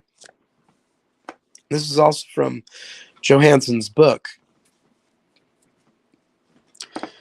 Now, when you're looking at here is an early Laetoli footprint casting from this site, and it's the smaller individual of the two walking through this pathway. So the smaller pair of feet compared to a normal young adult's foot. And what you see is it's about half the size. Now, children have smaller human feet than adult humans. And they're basically saying that these footprints are too small, or they're smaller than the average human. So obviously they're belong to the Australopithecine. Now, what's amazing is when you look at this photo, and it might be kind of hard to see from where you're at, but when you look at this photo, you can actually see the outline of the big toe on that casting of the early Laetoli footprints. And I swear that the big toe of these footprints is just like a human's. So they really do believe that these things had human feet and then a completely chimpanzee top. The brain case is supposed to be the same size as the chimpanzees. You know, so they really do have a chimpanzee top connected to a human bottom. And that's what's going on with the Australopithecine here. So if anyone wants to know, you know, if they come at you with a skull like this and say, this is absolute evidence for human evolution, and until you can refute this skull, then I don't have to listen to you. And you can practically tell them that, well, that looks like a chimpanzee skull to me. I mean, why wouldn't it be? Why should we believe that it's some super rare mini Sasquatch that don't even exist now? I mean, this kind of seems like they're the ones with the burden of proof because they want to believe in mini Sasquatches that lived 3.2 million years ago. You know, and I mean, what's going on is they're lacking evidence for this fantastic story that they're trying to swing our way. Okay, that they push into our lives, that they push into our plane of view in every single media, you know, the TV, the education system. They're pushing these critters onto the public eye, and they're just not real. And the stories that they're spewing about them are so far from the truth that there's hundreds of individuals when there are 7 partial skeletons, if you can call them partial. I mean, when I look at these, I see 2 partial skeletons and then a couple with pelvis and vertebrae. And not complete pelvises, not complete sacrums, but partial ones. Okay? A few rib bones, yeah. So Lucy's the most complete. And Lucy appears to just be human, an ape remains, and at least 1 baboon remain. So that is the story of Lucy. And now I can talk briefly on Littlefoot because that's one that comes up quite a bit. And we'll cover that, and then you guys can be on your way. So SCW 573, the one outlined in red here, we've been working on this and basically getting the best photos we possibly can of the discovery and then comparing them to different remains of modern animals and humans. So it was quite a surprise to find out that the SCW 573's Littlefoot, which is what it's named after, because, you know, they're comparing it to Bigfoot. He's like, Bigfoot, he's got a little foot, so why don't we call it Littlefoot? So even they're going with the whole Sasquatch idea. It's not just me. But so they found Littlefoot's foot in a closet at the museum, I believe. And basically it wasn't found with the skeleton, but instead in a box of remains that was scavenged from the actual mining that went on in the Sterkfontein cave system before the paleoanthropology that went on there. So there was a lot of debris removed from the cave system by the miners, and a lot of stuff was cast outside of the cave, as any mining operation would do. And then later on, paleoanthropologists went through and picked through and tried to find every hominid or human remain that they could in that pile of debris. So I will be right back.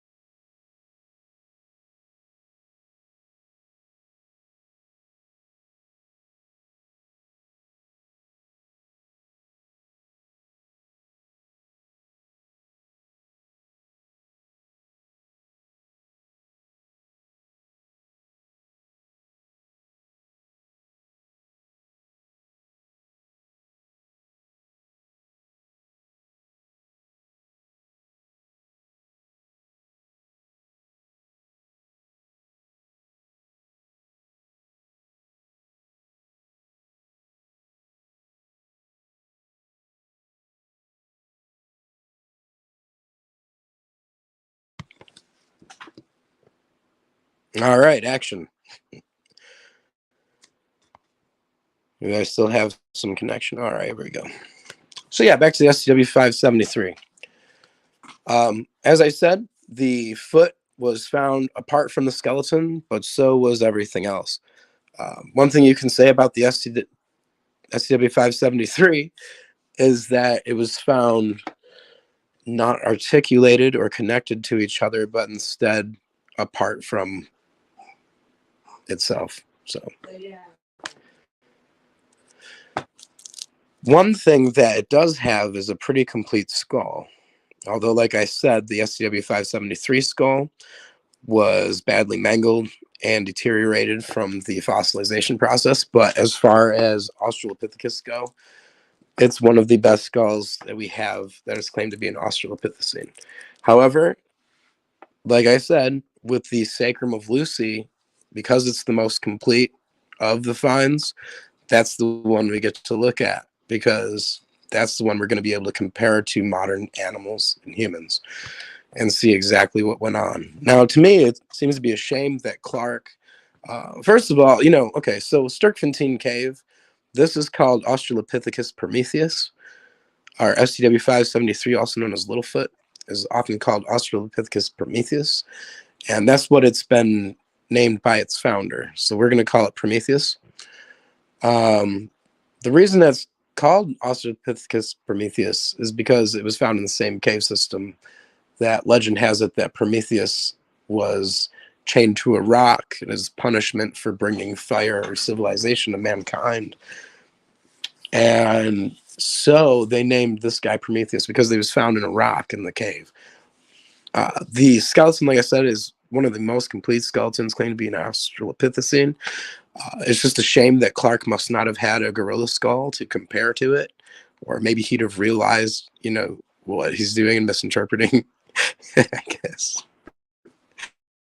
All right, so upon comparing this skull to modern apes, we came to find that it more closely matches the gorilla than even chimpanzee, which makes very little sense because as you remember back here on the chart, that the pan line is where Australopithecus comes from, not the gorilla line. So the fact that this skull has more gorilla-like features destroys their narrative.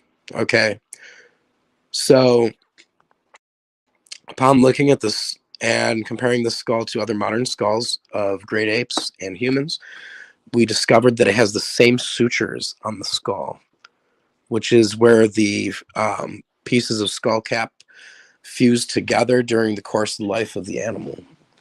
Okay, so it was interesting to know that the sutures of this skull, the SCW 573 Littlefoot skull, match exactly with the pattern on a gorilla skull, which is quite different than the human or the chimpanzee. Okay, so just like the number of sacral foramina in the sacrum are the same between human and this Afarensis Lucy, the sutures of the Littlefoot skull seem to exactly match the gorilla skull. And that was pretty interesting.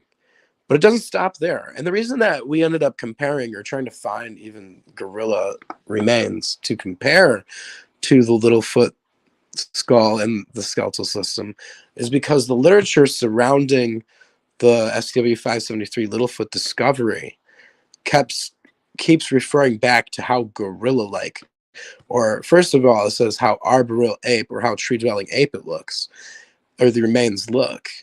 Even the arms and the so the arms and the shoulder blades and all the shoulders look quite ape-like, but not just ape-like, but gorilla-like. So all the literature was pointing us in the direction that we would want to compare the SCW 573 remains to gorillas and not chimpanzees, like in the case with the Afarensis. So, and that's what we did. And come to find out, the sutures are exactly the same.